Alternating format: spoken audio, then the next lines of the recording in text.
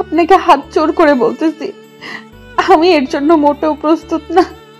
আপনি আমাকে সময় দেন প্লিজ, আমি এটা সহ্য করতে পারবো না। সেটা তুই বিয়ের আগে কেন ভেবে দেখিসনি? বিয়ের পরে তো আমি এত নাটক দেখতে চাচ্ছি না।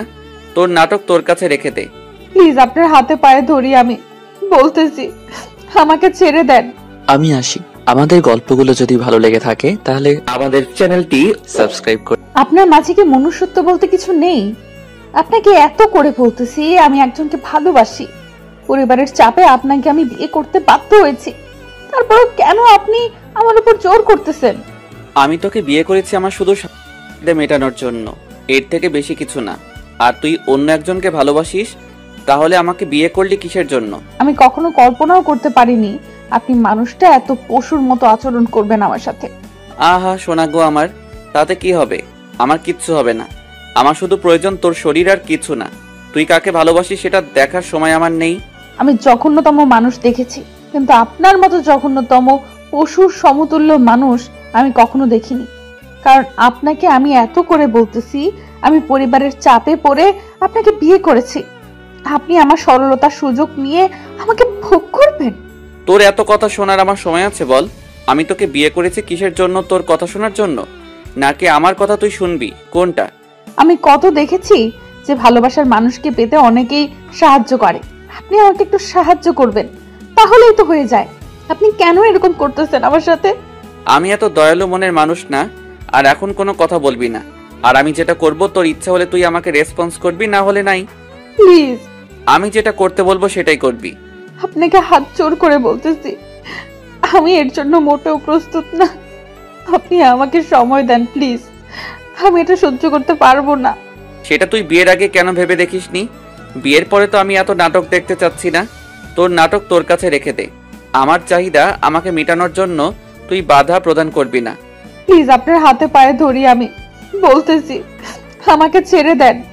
আমি সত্যি অন্যজনকে মন থেকে ভালোবাসি, আপনাকে আমি কখনোই গ্রহণ করে নিতে পারবো না। তুই কি বলিস তাতে আমার কোনো কিচ্ছু যায় আসে না। তুই আমাকে ভালোবাসিস কি বাসিস না, আবার তুই কাকে ভালোবাসিস এটা আমার দেখার সময় নেই।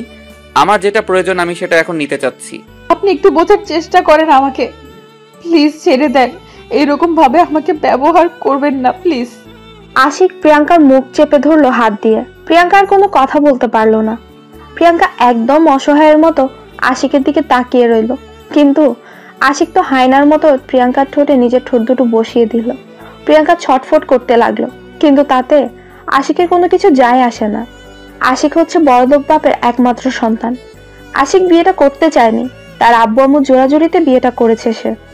আর প্রিয়াঙ্কা হচ্ছে মধ্যবিত্ত পরিবারের একটা সহজ সরল মেয়ে, আর একজনকে মনে প্রাণে ভালোবাসতো।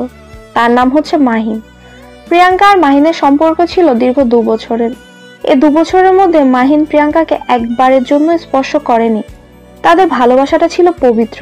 ভালোবাসা প্রিয়াঙ্কা কখনো মাহিনকে এভাবে হারিয়ে ফেলবে এটা আশা করেনি।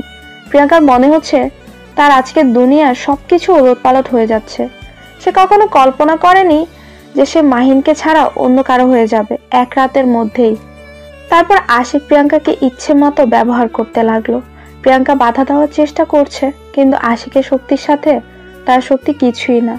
তাই আশিকের সাথে কোনো শক্তিতেই পেরে উঠছে না প্রিয়াঙ্কা। শেষ পর্যন্ত অসহায় হয়ে আশিকের কাছে নিজেকে আত্মসমর্পণ করতে বাধ্য হলো। চোখ দিয়ে নোনা জল ছেড়ে দিল প্রিয়াঙ্কা। প্রিয়াঙ্কা অসহায় তার পরিবারের কাছে, আর এরকম একটা মানুষের কাছে। সে নিতান্তই অসহায়। তার যে ব্যবহার আচরণ, প্রিয়াঙ্কা কখনোই এখানে ভালো থাকতে পারবে না। তার যেটা সুখের দিন ছিল সেটা হয়তো আজকে রাতের পর থেকে শেষ হয়ে যাচ্ছে, কারণ এখন থেকে তাকে শুধু একটা ভোগ্যপণ্য হয়ে থাকতে হবে আশিকের কথা, যেটা বোঝা গেল। অনেক হয়েছে, আর ন্যাকামি কান্না করে এভাবে আমার মুড নষ্ট করার কোনো মানে হয় না। এখন যা শুয়ে পড়। প্রিয়াঙ্কা কি বলবে, কোনো কিছু বলার ভাষা তার খুঁজে পাচ্ছে না সে। এখন নিতান্তই একটা ভোগ্যপণ্য, তাছাড়া তো কিছুই না। আর বিয়ে নামে যে মিথ্যে সম্পর্কটা হলো তাদের মধ্যে, সেটা শুধু একটা মাধ্যম যেখানে ভালোবাসা থাকতে পারে না। সেখানে দুটো মানুষের মিলন ধর্ষণ ছাড়া আর কিছুই হতে পারে না। প্রিয়াঙ্কা কান্না করতে করতে এক সাইডে শুয়ে পড়লো। তার জীবনে কি থেকে কি হয়ে গেল সে শুধু ভাবছে বিষয়টা নিয়ে। তার সাথে আজকে কি হয়ে গেল, এক নিমিষের মধ্যেই তার জীবনটা একদম পরিবর্তন হয়ে গেল। কান্না করতে করতে প্রিয়াঙ্কা কখন যে ঘুমিয়ে পড়েছে সে নিজেও জানে না। আর এদিকে আশিক তো আগেই ঘুমিয়ে পড়েছে। সকালে যখন প্রিয়াঙ্কার ঘুম ভাঙলো তখন পেছন ফিরে তাকিয়ে দেখে আশিক শুয়ে আছে। কালকে ভালো করে আশিককে দেখা হয়নি প্রিয়াঙ্কার। আশিক দেখতে বেশ সুদর্শন, যে কোনো মেয়ে তাকে দেখলে পছন্দ করবে, কিন্তু তার আচরণগুলো দেখলে যে কোনো মেয়ে তাকে ঘৃণা করবে, এটাই স্বাভাবিক। তারপর প্রিয়াঙ্কা বিছানা থেকে নেমে গোসলটা সেরে নিল। তারপর সে সুন্দর মতো একটা পোশাক পরিধান করলো। নতুন বউ বলে কথা, আমাদের মাঝে যেটা সম্পর্ক আছে সেটাই থাকবে, কিন্তু বাহিরে এটা বুঝতে দিবা না তুমি। হঠাৎ আশিকের মুখ থেকে এইরকম কথা শুনে প্রিয়াঙ্কা একদম আকাশ থেকে পড়লো। মনে হচ্ছে আশিক তার সাথে এত ভালোভাবে কথা বলছে, এটা ভাবা যায়? প্রিয়াঙ্কা মাথা নিচু করে রইল, কোনো জবাব দিচ্ছে না আশিকের কথার। কি বলেছি মাথায় ঢুকেছে নাকি আরো ভালো করে বুঝিয়ে দিতে হবে কোনটা? আচ্ছা আমি চেষ্টা করব, কিন্তু আপনি মোটেও ভালো কাজ করেননি কালকে আমার সাথে। কারো আবেগ দেখার সময় নেই আমার, যেটা বলেছি সেটাই করবে। এর থেকে বেশি বোঝার চেষ্টা করলে কিন্তু তোর কপালে খারাপ কিছুই হবে। আপনি যেটা বলবেন সেটাই করব, আর আমার কোনো কথার মূল্য থাকবে না কেন? আমার স্বাধীনতা বলতে কিছু নেই। তোর সাথে এত তর্ক করার সময় আমার নেই। আমি যেটা বলেছি তুই সেটাই করবি, আর যদি বেশি বোঝার চেষ্টা করিস তাহলে কিন্তু ভালো হবে না, বলে দিচ্ছি। আচ্ছা তাহলে আমি কি এটা ধরে নিতে পারি আমি শুধু এইখানে একটা মূর্তি বা রোবট, আর আপনি তার পরিচালনা করবেন? আপনি যেটা বলবেন আমি সেটাই করব, এরকম কিছু? আরে শালি, তোকে এত কথা বলতে বলেছি, তুই এত কথা বলতেছিস কিসের জন্য? আমার সাথে আর তর্ক করার ক্ষমতা হয় কি করে তোর? প্রিয়াঙ্কা কোনো কিছু বলার সাহস পেল না আশিকের রাগ দেখে, কারণ প্রিয়াঙ্কা এখন ভালোভাবে বুঝতে পেরেছে যে তার এখানে কোনো মূল্য নেই। সে যেটা বলবে তাকে সেটাই মেনে চলতে হবে, তা না হলে যে তার কপালে সত্যিই দুঃখ আছে এখন আশিকের দিকে তাকালেই সেটা স্পষ্টভাবে বোঝা যাচ্ছে। প্রিয়াঙ্কা কোনো কিছু না বলে চুপচাপ মাথা নিচু করে সেখানে দাঁড়িয়ে রইল, আর সেটা দেখে আশিক কোনো পাত্তা না দিয়ে রুম থেকে বেরিয়ে চলে আসলো। প্রিয়াঙ্কা মনে মনে মাহিনের কথা চিন্তা করতে লাগলো। সে কি করছে? বিয়ের কথা কি শুনেছে? বিয়ের কথা শোনার পর তার কি অবস্থা হয়েছে সেটা ভাবতেই প্রিয়াঙ্কার অবস্থা আরো খারাপ হয়ে যাচ্ছে। তুই নতুন বউ এই বাসার, আর তুই এখন এখানে দাঁড়িয়ে আছিস, বাইরে যাবি কে শুনি? আবার হঠাৎ করে আশিকের কণ্ঠ শুনতে পেয়ে প্রিয়াঙ্কা আটকে উঠলো। আবার কি জানে কি হয়। প্রিয়াঙ্কা কোনো কিছু না বলে চুপচাপ মাথা নিচু করে আশিকের সামনে দিয়ে বাইরে চলে আসলো, আর আশিক সেটা দেখে প্রিয়াঙ্কার দিকে রাগী দৃষ্টিতে তাকিয়ে রইল, কারণ প্রিয়াঙ্কার মাথায় কাপড় দেওয়া নেই। এটা তোর বাপের বাড়ি না যে যেভাবে খুশি সেভাবে চলবি, এখন তোকে এই বাড়ির নিয়মে চলতে হবে। আমি একবারও বলিনি যে আমি আমার বাপের বাসায় আছি, আর আপনাদের বাসার নিয়ম আমাকে কি একবার আপনি বলেছেন যে আমি জানবো? আজব ব্যাপার। তুই এই বাড়ির পুত্রবধূর একমাত্র পুত্রবধূ, এখন তুই কাকে ভালোবাসিস সেটা তো দেখার সময় আমার নেই, কে কি ভাবতেছে সেটাও দেখার আমার সময় নেই, কিন্তু এখন তুই এই বাড়ির একমাত্র পুত্রবধূ, এটা মাথায় রাখবি। হিসাব করে চলাফেরা করবি, না হলে কিন্তু। আপনি আমার সাথে এরকম ব্যবহার করেন কেন সব সময়? বুঝি না। আমি তো আপনার সাথে কোনো ধরনের বাজে কথা বলি না বা বাজে ব্যবহার দেখাই না, তাহলে আপনি কেন আমাকে এইভাবে অপমান করেন? অপমানের দেখছস কি? মাত্র শুরু, আরো কত কি হবে। এখন তোর সাথে এত তর্ক করার আমার ইচ্ছা নেই, তুই বাইরে যা, আর যেটা বলেছি সেটা মাথায় রাখবি। প্রিয়াঙ্কা কোনো কথা না বলে চুপচাপ সবকিছু ঠিকঠাক করে নিয়ে নিচে নেমে আসলো। নিচে নেমে এসে দেখে আশিকের আম্মু বসে আছে। আশিকের আম্মু প্রিয়াঙ্কাকে দেখে তাড়াতাড়ি উঠে প্রিয়াঙ্কার কাছে চলে আসলো। তারপর পাড়া প্রতিবেশীদের সাথে প্রিয়াঙ্কার পরিচয় করিয়ে দিল। সবাই প্রিয়াঙ্কার গুণগান করে যে যার মতো করে চলে গেলেন। তারপর আশিকের আম্মু প্রিয়াঙ্কার সাথে করে নিয়ে এক জায়গায় বসে পড়লেন। প্রিয়াঙ্কার মনে হচ্ছে আশিকের আম্মুর ব্যবহার অনেক ভালো, কারণ তার কথাবার্তা তার আচরণে দেখেই বোঝা যাচ্ছে। কালকে তো অনেক ঝামেলা ছিল, যার জন্য তোমার সাথে ভালো মতো কথাই বলতে পারলাম না। অনেক ঝামেলাই ছিলাম, আত্মীয় স্বজন ছিল, সবার সাথে কথা বলতে হয়েছিল, তাই তোমাকে সময় দিতে পারিনি। এটা কোনো সমস্যা হলো? এটা স্বাভাবিক ব্যাপার। আপনি একটু ঝামেলায় থাকতে পারেন, বিয়ে বাড়ি বলে কথা। তুমি আমাকে আপনি করে সম্বোধন করতেছো কিসের জন্য তুমি বলবা, আর আমাকে এখন থেকে আম্মু বলে সম্বোধন করবা। আচ্ছা তাহলে সমস্যা নেই, আমি আম্মু বলে সম্বোধন করব। আর এখন তো আমাকে কিছু কাজ করতে হবে, রান্নাঘরটা দেখিয়ে দিন। তুমি এইসব কি আবোল তাবোল কথা বলতেছো? তুমি কিসের জন্য রান্না করতে যাবে? আর তুমি আজকে এবারে নতুন বউ। আরে আম্মু, নতুন বউ হয়েছে তো কি হয়েছে, সেই জন্য কি কাজ করব না? এটা কোনো কথা? আপনি আমাকে শুধু রান্নাঘরটা দেখিয়ে দেন, আমি সবার জন্য নাস্তা রেডি করতেছি। তুমি বললেই তো আর হবে না। তুমি এখন চুপচাপ বসো, আমার সাথে গল্প করো। সবাই কাজ করবে এখন। সকালের নাস্তা অলরেডি তৈরি করা শেষ হয়ে গিয়েছে, আর একটু পরেই তোমার বাসা থেকে লোকজন আসবে। আচ্ছা আম্মু, একটা কথা জিজ্ঞেস করি, যদি মনে কিছু না করেন তাহলে? আমি ভালো করেই জানি তুমি আমাকে কি জিজ্ঞাসা করতে চাচ্ছ। আমার ছেলের ব্যাপারে, তাই তো? আসলে হ্যাঁ, আপনার ছেলের ব্যাপারে আমার কিছু জানার ছিল। এরকম ব্যবহার করতেছে কিসের জন্য আমার সাথে, আমি বুঝলাম না। পরে ধীরে ধীরে সবকিছু জানতে পারবে। নতুন এসেছো, নতুন একটা পরিবেশ, তাই হয়তো তোমার কাছে কোনো কেমন লাগে। আচ্ছা তাহলে এখন আমি একটু রুমে যাচ্ছি। আমার কেমন জানি খারাপ লাগতেছে, বাইরে হঠাৎ করে নতুন পরিবেশে এসেছি। আচ্ছা, তুমি তাহলে রুমে যাও। আমি একটু পরেই সবাইকে ডেকে নিচে নিয়ে আসবো।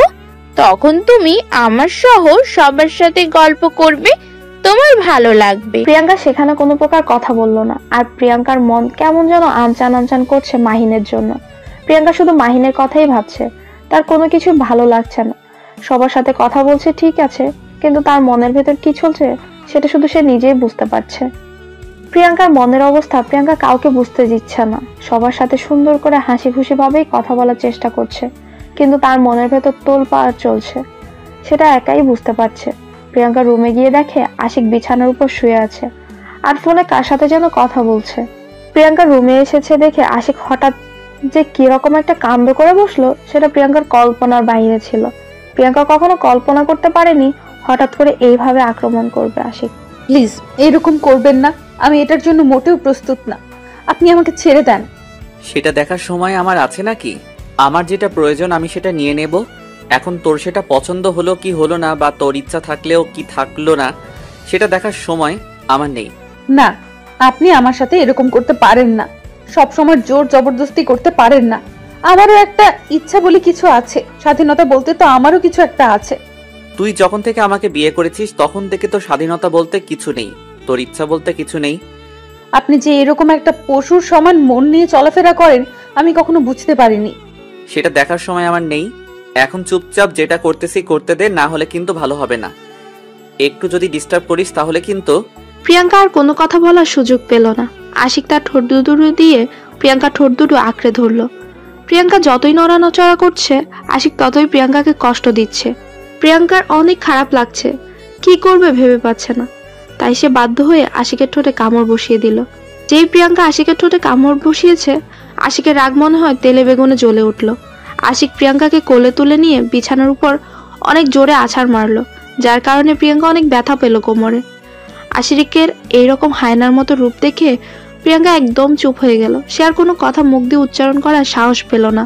প্রিয়াঙ্কা একদম চুপ হয়ে গেল, নিশ্চুপ যাকে বলে।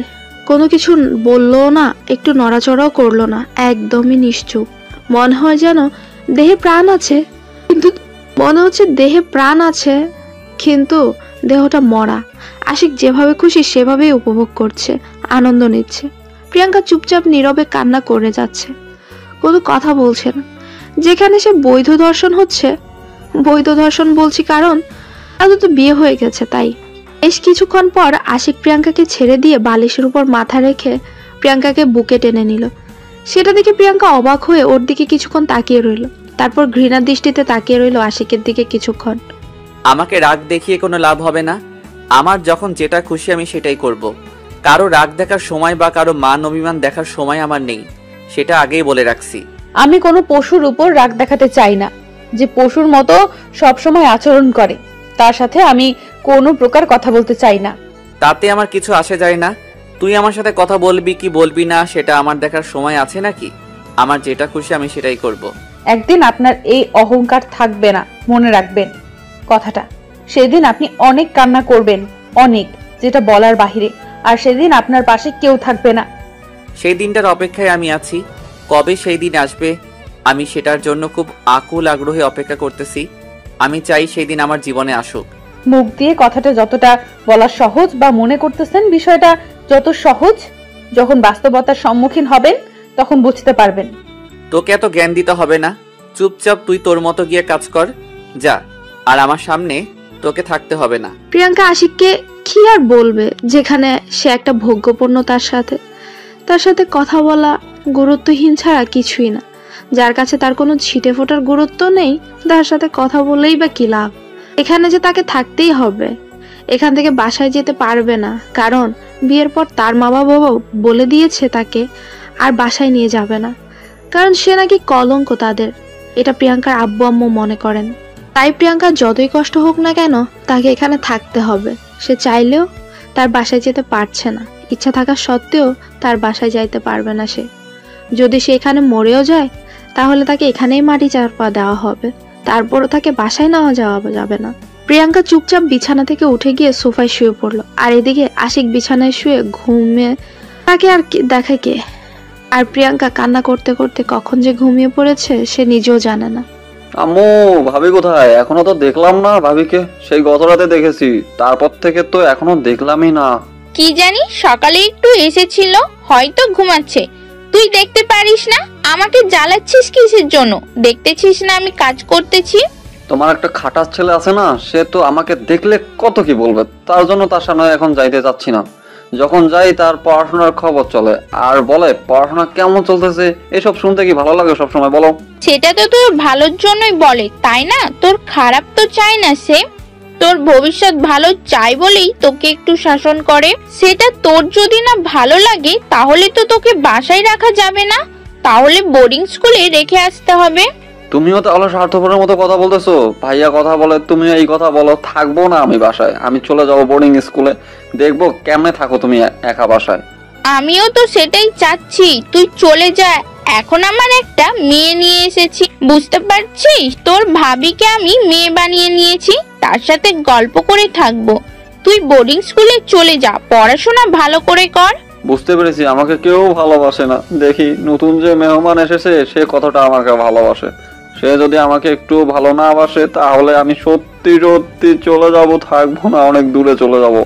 একটা কথা মাথায় রাখবে, সবসময় তার সাথে ভালো ব্যবহার করবি, ভালোভাবে কথা বলবি, একদম দুষ্টুমি করবি না তার সাথে, তাহলে কিন্তু আশিক পিটাবে।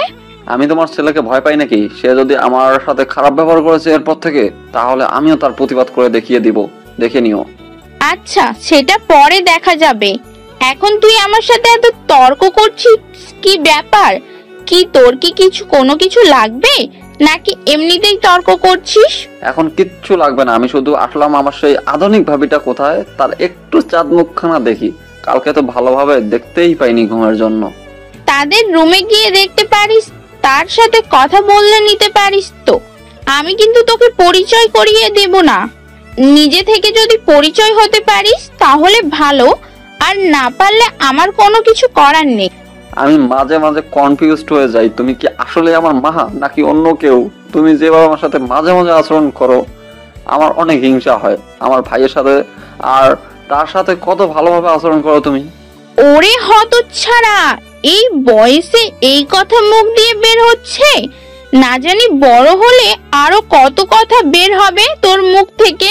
তুই এখন এখান থেকে চলে যা আমার চোখের সামনে থেকে, আমার রাগ ওঠার আগেই। আচ্ছা, চলে যাচ্ছি, আর আসবো না তোমার সামনে। পরে আমাকে ডাকলে আসবো না, মনে রাখো আমার কথাটা, মাথায় রেখো। তুমি আমার চোখের সামনে থেকে না গেলে কিন্তু সত্যি সত্যি তোর পিটনে শুরু করিয়ে দেব। তুই এখন যা, তার সাথে পরিচয় হয়ে আয় আমার সাথে। তোর এত কথা কিসের? আচ্ছা, চলে যাচ্ছি। আর তোমার বকুনি না শুনি, আমার পড়াশোনা আছে। তোমার বকুনির সঙ্গে আমার পড়াশোনার মাথায় থাকবে না, সবকিছু পেটে চলে যাবে তোমার জন্য। নীল আর সেখানে তার আম্মুর সাথে কোনো প্রকার তর্ক না করে চুপচাপ সেখান থেকে কেটে পড়লো। সে ভালো করে জানে তার আম্মুকে যদি আরেকটু বেশি ডিস্টার্ব করে তাহলে তাকে এখন দৌড়ানি খাইতে হবে। দৌড়ানি খাওয়ার আগে সে এখান থেকে সরে পড়লে সেটাই ভালো হয়। নীল সেখান থেকে সরে গিয়ে উকি ঝুঁকি দিতে দিতে তার ভাইয়ের রুমের দিকে চলে আসলো। তার ভাইয়ের রুম মানে আশিকের রুমে। সে সহজেই প্রবেশ করতে পারে না, কারণ আশিক এতটাই রাগী যে তার রুমে কেউ সহজে প্রবেশ করতে চায় না। কাকে কি বলে ঝাড়ি দেয়, তার জন্য কেউ তার রুমে প্রবেশ করতে চায় না। আর নীল একদম তার রুমে যায় না, কারণ গেলেই এক গাদা কথা শুনতে হয়।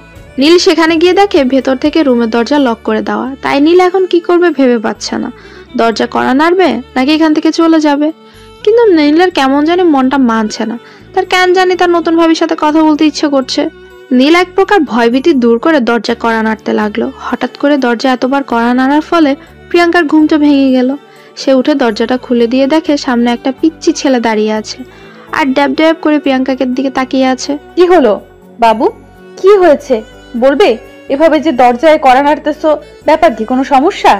আমার আবার কিসের সমস্যা থাকবে? এটা আমার বাড়ি, যেখানে খুশি সেখানে যাইতে পারি, আর কারো পারমিশন নেওয়ার প্রয়োজন হয় না। আচ্ছা বুঝতে পারলাম, আপনার বাড়ি যেখানে খুশি সেখানে যাইতে পারেন, কিন্তু দেখতে তো পারছেন ভেতর থেকে দরজা দেওয়া, তারপরও কেন আপনি আমাদের ডিস্টার্ব করতেছেন? এই মেয়ে, এত কথা বলো কিসের জন্য? সম্মান দিয়ে কথা বলো, রেসপেক্ট নেই, বুঝতে পারছো? আচ্ছা তাহলে এই ব্যাপার, আপনি আমার সম্বন্ধে কি হন যে আপনাকে আমি রেসপেক্ট দিয়ে বলবো? এখান থেকে ভাগেন বলতেছি। এত বড় সাহস, আমার মুখের উপর তর্ক! এই আপনি কে? আপনাকে আমার বাসায় প্রবেশ করতে অধিকার কে দিয়েছে শুনি? আমি এই বাড়ির মালিক, এখন থেকে এই বাড়িটা আমার। আর আপনি কে? আপনি এখানে কিসের জন্য? ভাইয়া, ও ভাইয়া, এই মেয়েটা কে রে? তোর রুমে কি করে? আমাকে দেখ কি সব বলতেছে, উল্টা পাল্টা কথাবার্তা, আর তুই এখনো পড়ে পড়ে ঘুমাচ্ছিস? ও আচ্ছা, তাহলে এই ব্যাপার, এখন বুঝতে পেরেছি মিস্টার। আপনাকে তাহলে, আপনি আমার দেবরজি, ভাইয়া যেমন তার ছোট ভাইও তেমন। কি বলতেছেন আপনি? ভাইয়া বিয়ে করলো কখন? আর আপনি কি বলতেছেন? আপনি ভাইয়ার বউ, মানে আমার ভাবি? আর তাহলে আমি জানি না এটা কেমনে সম্ভব। আপনি মিথ্যা বলতেছেন, এখন এখান থেকে বেরিয়ে যান। ও আচ্ছা, তাহলে এই ব্যাপার। তাহলে কালকে আমার কোলে কে ঘুমিয়ে এসেছিল জানি? ও তাহলে অন্য একজন হবে, আমি তাহলে ভুল দেখেছিলাম। ধুর, প্রাণটার করতে পারলাম না, শেষ পর্যন্ত চিনে নিয়েছেন তাহলে। আমি হচ্ছি এই বাড়ির ছোট মিয়া, আর আপনার একমাত্র দেবর। দেখতে তো ভারী মিষ্টি তুমি, কিন্তু এত দুষ্টুমি করো কিসের জন্য শুনি? আমি তো প্রথমে ভয় পেয়ে গিয়েছিলাম, পরে ভালোভাবে দেখে চিনতে পেরেছি। এটা তো কি দেখলেন, এখনো সবকিছুই বাকি। আর আপনার নাকি একটা ছোট্ট বোন আছে শুনেছি, তার নাম্বারটা কি দেওয়া যাবে? আচ্ছা এই ব্যাপার, তোমার বয়সটা যেন কত হবে? 10 থেকে 12, এর উপরে তো আর হবে না, তাই না? এই বয়সের কথা জিজ্ঞেস করতেছেন কিসের জন্য আমাকে? দেখে কি ছোট পিচ্ছি মনে হয়? আপনার তো সাহস কম না, আমার বয়স নিয়ে কটাক্ষ করতেছেন। আমি তোমার সাথে এত তর্ক করতে পারবো না। আমি তোমার ভাইয়াকে ঘুম থেকে জাগায় দিচ্ছি, তুমি তার সাথে তর্ক করো। আমার খেয়ে দিয়ে তো কাজ নেই তোমার সাথে তর্ক করে। তারাও দেখাচ্ছি মজা তোমাকে। আচ্ছা থাক, লাগবে না, আমি চলে যাচ্ছি। আমার সাথে কাউকে কথা বলতে হবে না। আমি দুষ্টুমি করি, তার জন্য আমাকে কেউ ভালোবাসে না। আমি কারোর সাথে কথা বলবো না, আমি এ বাসায় থাকবো না, বোর্ডিং এ চলে যাব। আমি তোমাকে সেটা বলেছি? তুমি এই বয়সে তুমি আমার ছোট বোনের কথা জিজ্ঞেস করতেছো? ভেবে দেখো তুমি বড় হলে কি করবে। শুধু একটু দুষ্টুমি করতেছিলাম, আর আপনি সেটা সিরিয়াসলি নিয়ে নিয়েছেন। আমি কখনো কল্পনা করতে পারিনি আমি একটু দুষ্টুমি করতেছিলাম, তার জন্য এরকম করবেন আমার সাথে। আহা সোনা বাবু আমার, রাগ করে না। আমিও তোমার সাথে একটু দুষ্টুমি করলাম, তোমার জন্য খারাপ লাগতেছিল। হঠাৎ করে দুষ্টুমি করতেছি তার কারণে। তুমি যখন আমার সাথে হঠাৎ করে দুষ্টুমি করতেছিলে আমারও খারাপ লাগতেছিল, তাই না? আচ্ছা তাহলে ঠিক আছে, আমি মেনে নিলাম এবারের মতো। এখন আমি চলে যাচ্ছি, একটু পর আবার এসে গল্প করব। এখন আমার খাটার বাড়িটা ঘুমাচ্ছে, এখন যদি বেশি কথা বলি, যদি ঘুম ভেঙে যায় তার আমার জন্য, তাহলে তো আমাকে কি কি বলবে। তুমিও তোমার ভাইকে এত ভয় পাও? তাহলে তোমাদের বাসায় কে তোমার ভাইকে ভয় পায় না সেটা আমাকে বলো তো। কারণ যাকে জিজ্ঞেস করতেছি সেই তোমার ভাইকে ভয় পায়, ব্যাপার কি? কই, আমি তো ভয় পাচ্ছি না, জাস্ট একটু ভয় পাই। আমি বেশি ভয় পাই না, সবাই তো অনেক ভয় পায়। আমি তো তাকে কত কি বলি। আচ্ছা তাহলে তুমি এখন আমার সাথে এখানে থাকো, দেখি তোমার ভাইয়া কি বলে। আমি আছি, আমার সামনে তোমার ভাই তোমাকে কিছু বলতে পারবে না। তুমি আমার সাথে থাকো, আমার সাথে গল্প করো। সেটা তো কোনো ব্যাপার না, কিন্তু যখন ভাইয়া তোমাকে পিটানি শুরু করে দিবে, তখন তো আমি ভাইয়াকে মানা করবো বা দমিয়ে রাখতে পারবো না। আমার জন্য তুমি অযথা পিটানি খাইতে যাইবা কিসের জন্য? আমি তার থেকে চলে যাই, যখন ভাইয়া বাসায় থাকবে না তখন গল্প করব। এত ভয় পাওয়ার কিছু নেই, আমি আছি তো। আমাকে তোমার কি মনে হয়? আমি আছি তো, আমার জন্য তুমি থাকতে পারবে না? আচ্ছা তাহলে চলো ভিতরে যাই। এভাবে বাইরে কথা বলা কি ঠিক? আমরা ভিতরে বসে গল্প করি। তোমার কিছু গল্প বলো যেগুলো শুনে আমার মজা লাগবে। প্রিয়াঙ্কা আর নীল দুজনেই রুমের ভেতর প্রবেশ করলো। রুমের ভেতর প্রবেশ করে দেখে আশিক এখনো ঘুমিয়ে আছে। তাই নীল বেশি জোরে কথা বলছে না, আস্তে আস্তে কথা বলছে। নীলের অবস্থা দেখে প্রিয়াঙ্কা মনে মনে কিছুক্ষণ হেসে নিল, কারণ প্রকাশ করলে তো নীল আবার মন খারাপ করবে, ছোট ছেলে। প্রিয়াঙ্কা নীলের সাথে কথা বলছে আর ঘরের যাবতীয় জিনিসগুলো গুছিয়ে রাখছে। সে এলোমেলো যে জিনিসগুলো আছে সেগুলো গুছিয়ে রাখছে সুন্দর করে। আর এদিকে নীলের সাথে গল্প করছে, নীলে অনেক মজা পাচ্ছে প্রিয়াঙ্কার সাথে এইভাবে কথা বলে। কারণ নীলের সাথে তেমন ভাবে কেউ ভালো করে কথা বলে না। সব সময় যে কথা বলতে আসে পড়াশোনার কথাই বলে একমাত্র প্রিয়াঙ্কাই এমন একজন ব্যক্তি যে নীলকে পড়াশোনা ছাড়া কথা বলছে। এই বিষয়টা নীলের খুব ভালো লাগছে। তাকে পড়াশোনার কথা বলে কেউ প্যারা দিচ্ছে না, কিন্তু একটা জিনিস ভেবে ভয় পাচ্ছে, যদি আশিক এখন ঘুম থেকে উঠে আর নীলকে এখানে দেখে পড়াশোনার কথা তো জিজ্ঞেস করবে। যদি বলে সে এখানে অনেকক্ষণ ধরে আছে, তাহলে তো তার আর বাঁচার উপায় নেই। কি জবাব দেবে সেটাই ভেবে ভয় পাচ্ছে নীল। কিরে নীল, তুই এখানে কিসের জন্য, কি করতেছিস এখানে তুই? হঠাৎ করে আশিকের কণ্ঠ শুনতে পেয়ে নীল তো ভয়ে শেষ। এখন কি হবে সে লুকানোর সময়ও পেল না। হঠাৎ করে এরকম কথা শুনে আশিকের মুখ থেকে নীল থমকে দাঁড়িয়ে গেল, আর প্রিয়াঙ্কা একটু ভয় পেয়ে সেখানেই দাঁড়িয়ে গেল, কোনো কাজ করা বাদ দিয়ে। নীল ঘুরে আশিকের দিকে তাকিয়ে রইল চুপচাপ, কোনো কথা বলছে না। প্রিয়াঙ্কা শুধু আশিকের দিকে ড্যাব ড্যাব করে তাকিয়ে আছে, কিছু বলছে না। কি হলো, কথা বলতেছিস না কিসের জন্য? আর তুই আমার রুমে কিসের জন্য, কি করিস এখানে? তোকে কি বলেছিলাম আমার রুমে এসে বসে থাকতে? এইরকম ব্যবহার করতেছেন কেন? তাও আবার নিজের ছোট ভাইয়ের সাথে। আমার সাথে না হয় খুব খারাপ ব্যবহার করেন, আমি সেটা মেনে নিই, কিন্তু নিজের ছোট ভাইয়ের সাথে এরকম ব্যবহার করে কেউ? তুমি ওর হয়ে একদম ওকালতি করবে না এখানে, বুঝছো? আমি যেটা বলতেছি আমার ছোট ভাইকে বলেছি, তোমাকে বলতেছি না। তাই তুমি সেখানে চুপ করে দাঁড়িয়ে থাকো। আমি নীলকে এখানে নিয়ে এসেছি আর গল্প করতেছি আমি তার সাথে। নীল এই রুমে আসতে চাইনি, আমি তাকে নিয়ে এসেছি। কোনো সমস্যা তোমার? আর তুমি কি কথা বলছিলে মনে করে দেখো। আচ্ছা, তাহলে সেটা মেনে চলার জন্য তোমাকে ধন্যবাদ। কারণ আচ্ছা, বাদ দিলাম এসব কথা এখন। নীল, তুমি এখান থেকে চলে যাও। তোমার পড়াশোনার কি খবর? আজকে যাব তোমার রুমে। এই তো ভাইয়া, অনেক ভালোই চলতেছে, সবকিছু কমপ্লিট। আমি এমনিতেই এখানে আসলাম। আর ভাবিকে তুমি এভাবে বকা দাও কেন? এখন তুই আমাকে প্রশ্ন করবি, আমি তোকে সেই প্রশ্নগুলোর উত্তর দেব, তাই না? তোর তো দেখে সাহস বেড়ে যাচ্ছে, তুই আমাকে প্রশ্ন করিস। সেরকম কোনো কিছু না, এমনিতেই জিজ্ঞেস করলাম। আর তুমি এত রেগে যাও কিসের জন্য? তোমাকে আমি সেই অনেক দিন থেকে দেখতেছি, আমাকে ঠিক মতো আগের মতো ভালোবাসো না, ব্যাপার কি? নীল, আমি যেটা বলতেছি সেটা কর। তুই এখন রুম থেকে চলে যা। যদি একটা কথা বলেছিস তাহলে কিন্তু ভালো হবে না। এখান থেকে চলে যা বলেছি। তারপর নীল আর কোনো কথা বলার সুযোগ পেল না, বা কথা বলার সাহসও পেল না আশিকের সাথে। আর একটা কথা বলার তারপর নীল আর কোনো কথা বলার সুযোগ পেল না, বা কথা বলার সাহসও পেল না আশিকের সাথে। চুপচাপ মাথা নিচু করে সেখান থেকে বেরিয়ে গেল, মন খারাপ করে। আর সেটা দেখে প্রিয়াঙ্কার অনেক খারাপ লাগলো, কারণ সে আশিককে কোনো কিছু বলতে পারলো না। এত বড় মুখ করে নীলকে বলল সবকিছু ম্যানেজ করে নিবে, কিন্তু আশিকের রাগ দেখে প্রিয়াঙ্কা সেখানে আর কোনো কথা বলার সাহসই পেল না। প্রিয়াঙ্কা নিজের মাঝে অনেক খারাপ লাগছে যে এমন একটা মানুষের সাথে তার বিয়ে হয়ে গেল, সে তাকে কোনো কিছু বলতেই পারছে না। তার ভালোবাসার কথা তাকে বলল, কিন্তু তার কাছে এসে ভোগপূর্ণ হয়ে গেল। আর এখন তার ছোট ভাইকে বড় মুখ করে নিয়ে আসলো যে তার বড় ভাইকে কোনো কিছু বললে সে বাধা প্রদান করবে, সেখানে কোনো কথা বলার সাহসই পেল না। প্রিয়াঙ্কা মন খারাপ করে সেখানে কান্না করতে লাগলো নীরবে, চোখের পানি মুছে আবার কাজে মনোযোগ দিল। আর এদিকে আশিক বিছানা ছেড়ে উঠে গিয়ে বাথরুমে থেকে ফ্রেশ হয়ে এসে দেখে প্রিয়াঙ্কা ঘরের সবকিছু সুন্দরভাবে গুছিয়ে রেখেছে। ঘরটা দেখতে অনেক সুন্দর লাগছে। কি রে, তোর সাথে কথা আছে। তুই নাকি কাকে ভালোবাসিস? তার নাম কি?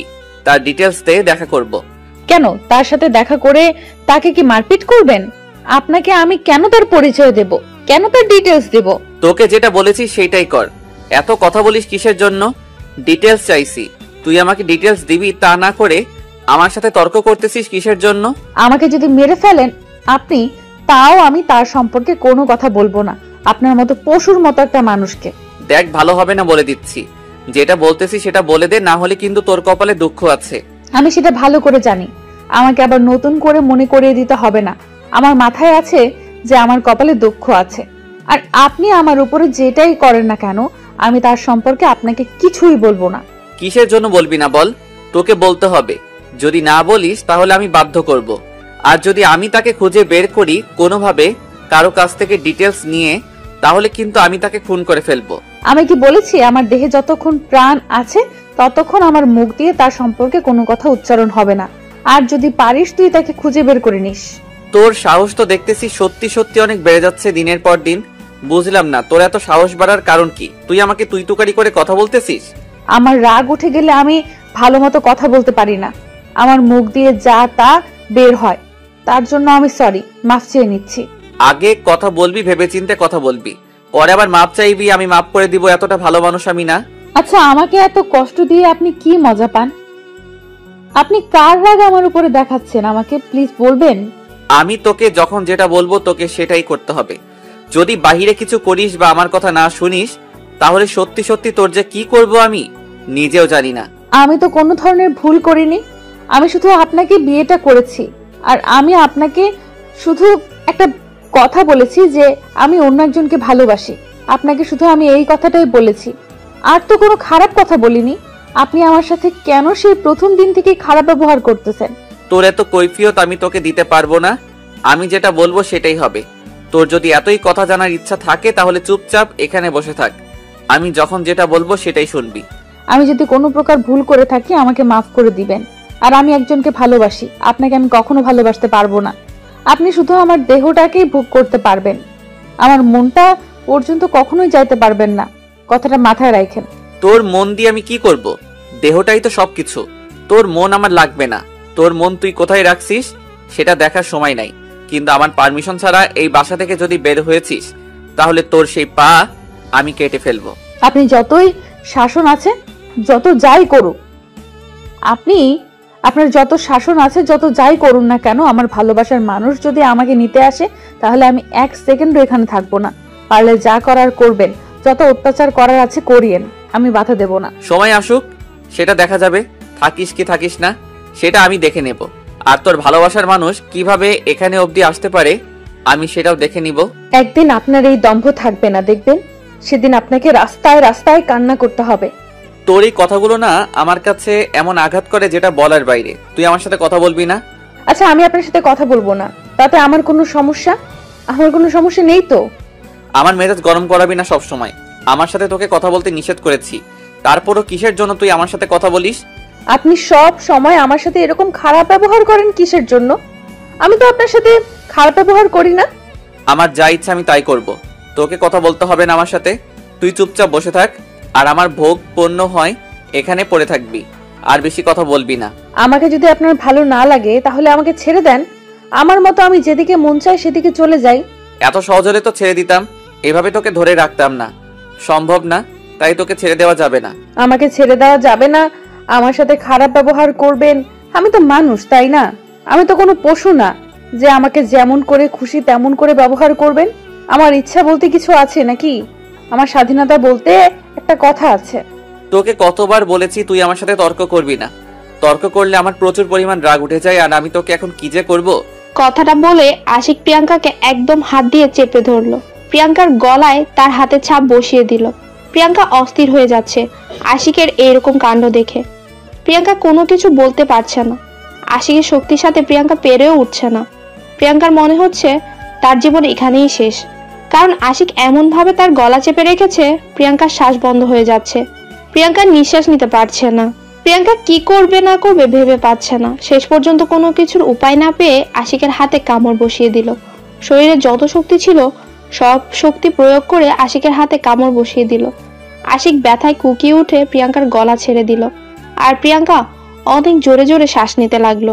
প্রিয়াঙ্কা বেশি কিছুক্ষণ দাঁড়িয়ে থাকতে পারলো না, বিছানার উপর লুটিয়ে পড়লো। তার কেমন জানি শরীর অনেক অসুস্থ লাগছে, কারণ আর কিছুক্ষণ যদি আশিক তাকে এভাবে ধরে রাখতো তাহলে প্রিয়াঙ্কা বেঁচে থাকা হতো না, তাকে এখানেই মরে পড়ে থাকতে হতো।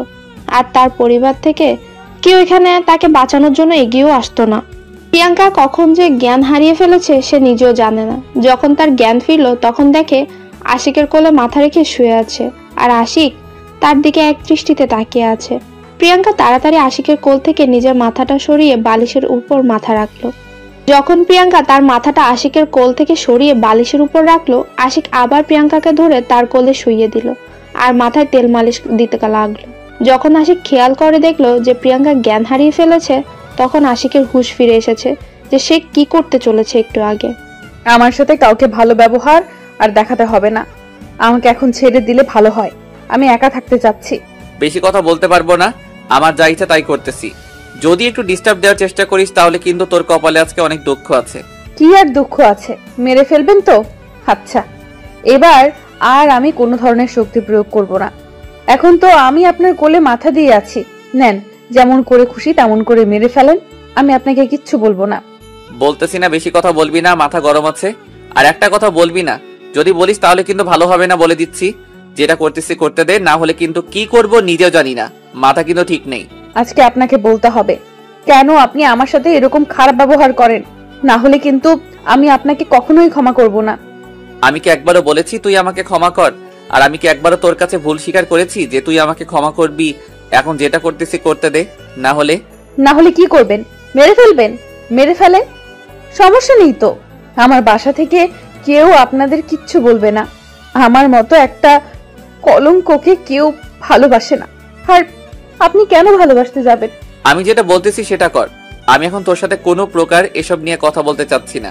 তুই চুপচাপ এখন শুয়ে থাক। প্রিয়াঙ্কা আর কোনো কথা বলার সাহস পেল না, কারণ তার এমনিতেই শারীরিক অবস্থা অনেক খারাপ। কারণ যখন সে জ্ঞান হারিয়ে ফেলেছিল তখন থেকে সে তার শরীরের উপর কন্ট্রোল রাখতে পারছে না। যখন তার জ্ঞান ফিরে এসেছে তখন থেকে সে কেন যেন দুর্বল হয়ে যাচ্ছে। প্রিয়াঙ্কার ইচ্ছে করছে এখন আশিকের এখান থেকে চলে যেতে, কিন্তু তার শরীর এতটাই দুর্বল যে সে বিছানা থেকেই উঠতে পারছে না। এই শক্তিটুকু নেই যে সে বাহিরে যাবে, কারণ তার শরীরের শক্তি হারিয়ে ফেলেছে।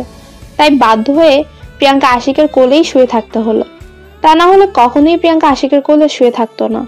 আজকে মাহিনের কথা খুব প্রচুর মনে পড়ে যাচ্ছে প্রিয়াঙ্কার। কেন যেন মাহিন তার খোঁজ খবর নিচ্ছে না, প্রিয়াঙ্কাও নিজেও জানে না। যে ছেলে প্রিয়াঙ্কার সাথে এক মুহূর্ত কথা না বলে থাকতে পারতো না, সেই ছেলে আজকে 3 দিন ধরে কিভাবে কথা না বলে আছে সেটা ভেবেই প্রিয়াঙ্কার মন বিষণ্ণতায় ভরে যাচ্ছে। কারণ মাহিন এক মুহূর্ত তার সাথে কথা না বলে থাকতে পারে না। যখন তখন মাহিন তাকে ফোন করে, কিন্তু আজকে 3 দিন হয়ে গেল তারপর একটা ফোন আসলো না। ব্যাপার কি? প্রিয়াঙ্কা আর কোনো কিছু ভাবতে পারছে না তার এখন কি করা উচিত কি উচিত না। সে কোনো কিছু ভেবেই পাচ্ছে না। এমনিতেই তার ফ্যামিলি তার উপর অনেক রেগে আছে, আর এখন যার সাথে বিয়ে হয়েছে তার সাথে তো বন্ধুত্ব সুলভ সম্পর্ক গড়ে তুলতেই পারলো না, বরং সে তার সাথে একটু আগে তাকে মেরেই ফেলতে ধরেছিল। আরে আম্মু, একটা কথা বলার ছিল। ভাইয়ার কি এমন হয়ে গেল যে গত 3-4 মাস থেকে এরকম ব্যবহার করতেছে আমার সাথে? এর আগে তো কত ভালোবাসতো আমাকে। তোকে এত কথার উত্তর আমি দিতে পারবো না। তোর প্রশ্ন আমার কানে খুব জ্বালাতন করে। তুই এখন এখান থেকে যা। আমার কথা তুমি পাত্তা দাও না কিসের জন্য? আমি একটা প্রশ্ন করলে তুমি সেটা এড়িয়ে যাও কেন বলো তো? আমি কি দোষ করেছি যে তুমি আমার সাথে এরকম করো, কোনো কথার উত্তর দাও না? আমার এখন কোনো কিছু ভালো লাগছে না। তুই গিয়ে তোর ভাবির সাথে গল্প কর, আমাকে ডিস্টার্ব করবি না। এখন তো তোর ভাবি আছে তাই না, তার সাথে গল্প করতে পারিস। তোমার ছেলের জন্য তো আমি তার কাছে যাইতেই পারি না। তোমার ছেলে সবসময় আমার সাথে খারাপ ব্যবহার করে। এর একটা বিহিত করবে কিনা তুমি তাই বলো, না হলে কিন্তু আমি আব্বুকে বিচার দিতে বাধ্য হব।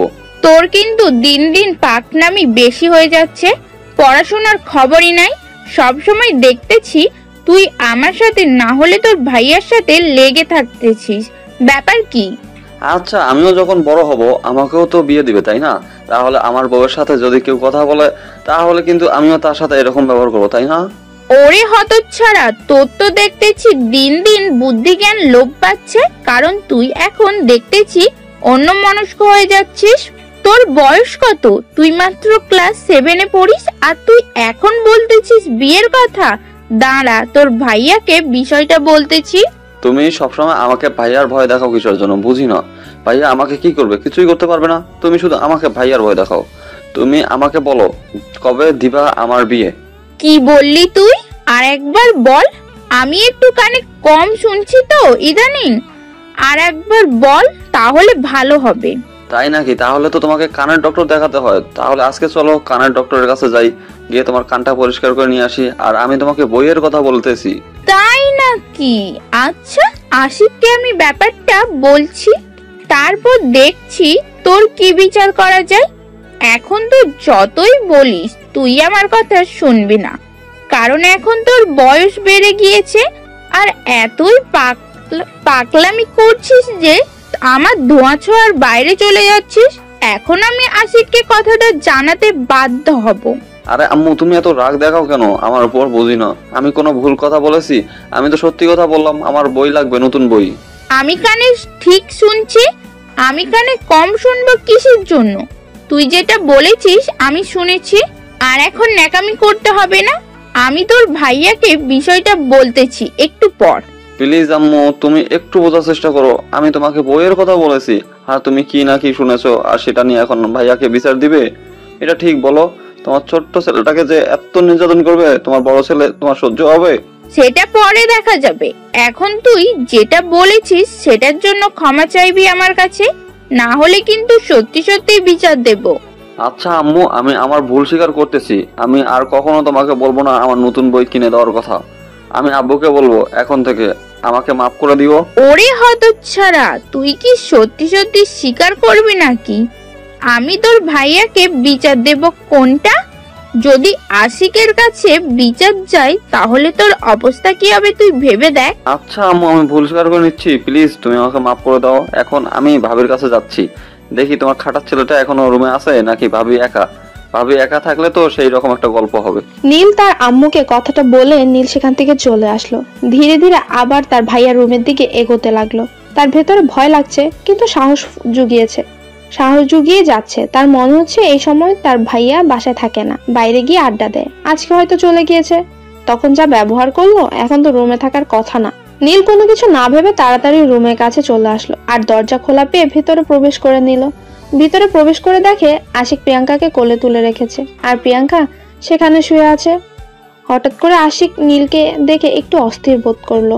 যতই হোক না কেন, ছোট ভাইয়ের সামনে তো আর এইসব কাণ্ড কারখানা করা যাবে না। কিছু বলতেও পারলো না। নীল তাড়াতাড়ি সেখান থেকে বেরিয়ে আসলো, আর আশিক প্রিয়াঙ্কার দিকে একটু তাকিয়ে দেখলো যে প্রিয়াঙ্কার চোখ বন্ধ করে শুয়ে আছে। আশিক একটা দীর্ঘ নিঃশ্বাস নিল, কারণ আজকে একটা বড় দুর্ঘটনা থেকে বেঁচে গেল। প্রিয়াঙ্কা, এই প্রিয়াঙ্কা, ওঠো, এখন তোমাকে গোসল করতে হবে, তোমার শরীর ঘেমে যাচ্ছে। এত দরদ দেখাতে হবে না, আর আমার সাথে এত ভালোভাবে কথা বলতে হবে না, বুঝেন নাই? দেখো, আমার মাথা গরম করাবে না সব সময়। যেটা বলতেছি সেটা করলে সমস্যা কি তোমার? আমি যেটা বলতেছি সেটা শুনলে তোমার সমস্যা কোথায়? আমি কারো কথা শুনতে বাধ্য না যে আমি সবার কথা শুনবো। আমি কখন বললাম যে তুমি সবার কথা শুনবে? তুমি আমার কথা শুনলে তাতেই চলবে। আরে এত কথা বলো কিসের জন্য বেশি? এমনিতেই শরীর খারাপ, তার উপর এত কথা বলতেছো কিসের জন্য আমার সাথে? আমি যদি মারা যাই তাহলে কারো কিছু যায় আসে না, আমার বাবা মারও না, আমার নিকটস্থ আত্মীয় স্বজনেরও। অনেক হয়েছে, এখনো তর্ক করতে পারবো না। চলো আমার সাথে, তুমি গোসল করে নিবা। আর তোমার শরীর খুব ক্লান্ত দেখাচ্ছে, একটু ডাক্তারের কাছে যাব। এখন আর কোনো কথা শুনতে চাই না। সবকিছু এতই সহজ, যখন যেটা বলবেন সেটাই শুনতে হবে আমাকে, যখন যেটা করবেন সেটাই আমাকে মেনে চলতে হবে, এরকম তো আমি না। আমি তো কোনো কিছু শুনতে চাই না। আমি যেটা বলতেছি সেটা করলে ভালো হয়, আর না করলে কিন্তু আমার মাথা গরম হয়ে গেলে আমি কখন কি করব নিজেও জানি না। কার মাথা ব্যথা করতেছে, কার কি করতেছে সেটা দেখার আমার সময় নেই। এখন আপনি এখান থেকে চলে যান, আমি একা থাকতে চাই, না হলে আমাকে ছেড়ে দেন, আমি অন্য রুমে গিয়ে শুয়ে থাকবো, তাও আপনার কথা শুনতে আমি পারবো না। দেখো, মাথা গরম করাবে না, যেটা বলতেছি সেটাই করো, তাহলে ভালো হয়। কেন এরকম করতেছো? কেন তর্ক করতেছো আমার সাথে বুঝতেছি না। বারবার বোঝাচ্ছি, তারপরও কেন বুঝতেছো না? প্রিয়াঙ্কা কোনো কিছু না বলে চুপচাপ সেখানে শুয়ে রইল। আশিকের কোনো জবাব দিচ্ছে না কথায়। আশিক বারবার প্রিয়াঙ্কাকে জোর করছে গোসল করার জন্য, কিন্তু প্রিয়াঙ্কা একদম কোনো কথা বলছে না, চুপ হয়ে সেখানেই শুয়ে আছে। প্রিয়াঙ্কা বারবার আশিকের কাছ থেকে চলে যেতে চাচ্ছে, কিন্তু আশিক শক্ত করে প্রিয়াঙ্কাকে ধরে আছে, যার কারণে প্রিয়াঙ্কা সরে যেতে পারছে না। তাই প্রিয়াঙ্কা বাধ্য হয়ে সেখানেই শুয়ে রইল। আর কোনো কিছু করার নেই তার, সে কি করবে? তার তো শক্তি নেই, এখন শরীরে শক্তি দেখিয়ে সেখান থেকে সরে যাবে।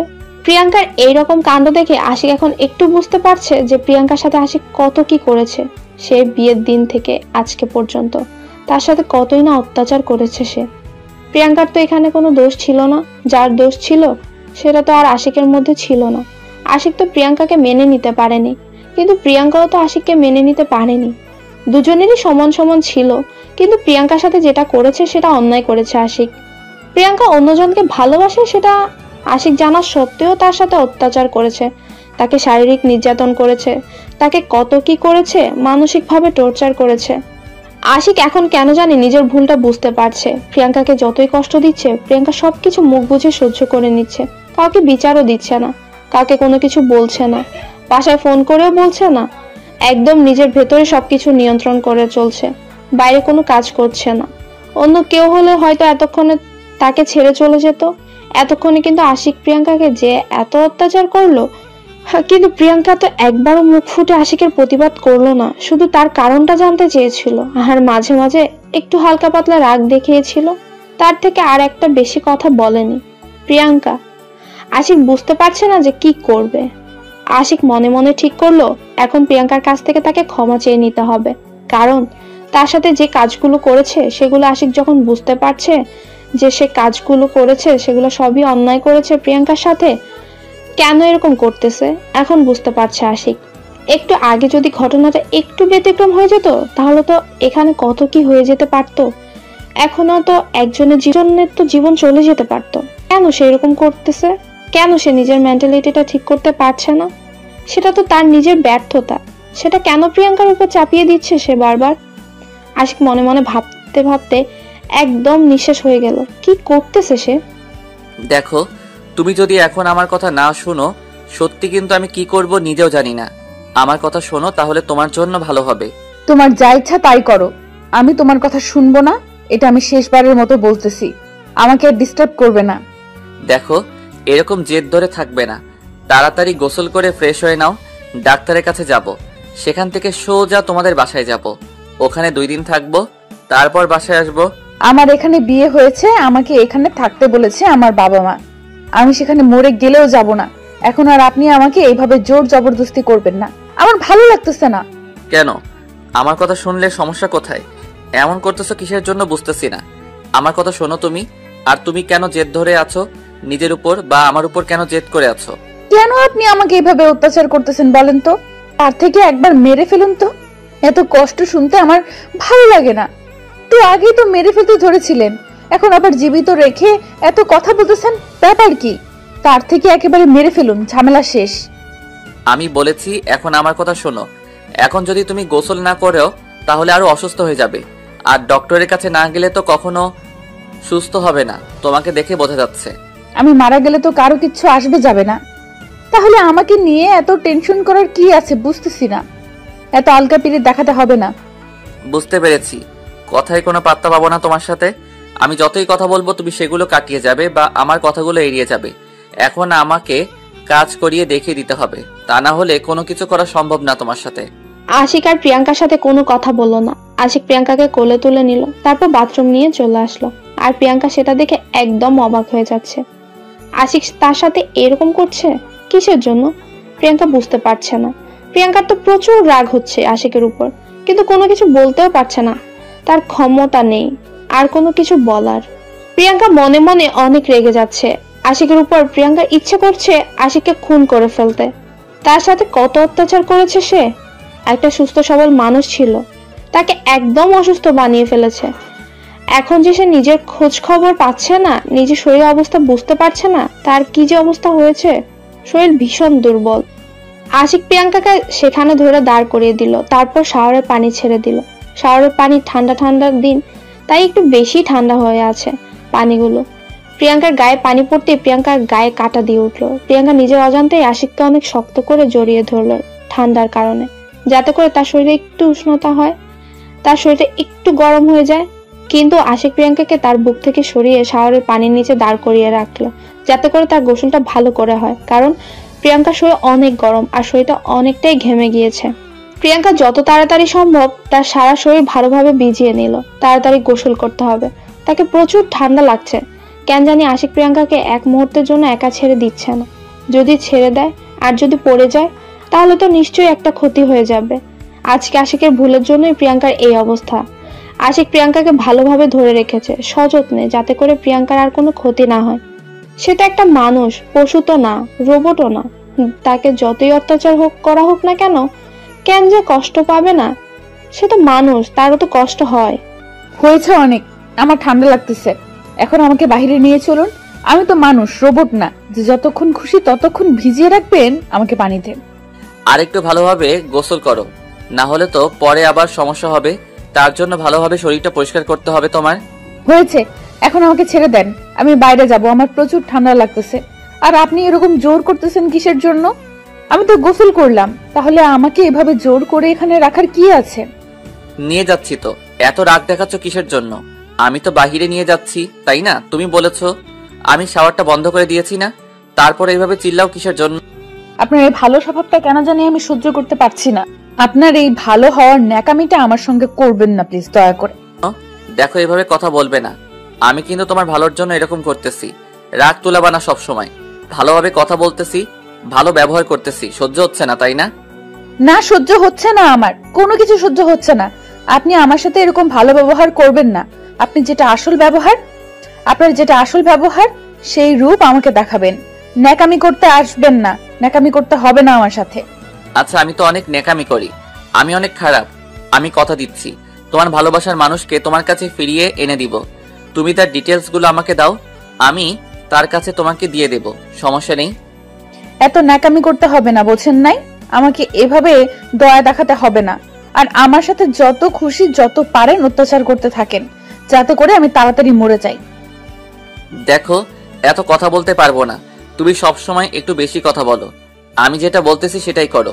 তার ডিটেলস গুলো আমাকে দিয়ে দাও, আমি তাকে খুঁজে তোমার হাতে তুলে দেব, আর তোমাকে আমার কাছ থেকে মুক্তি দেব, কথা দিলাম।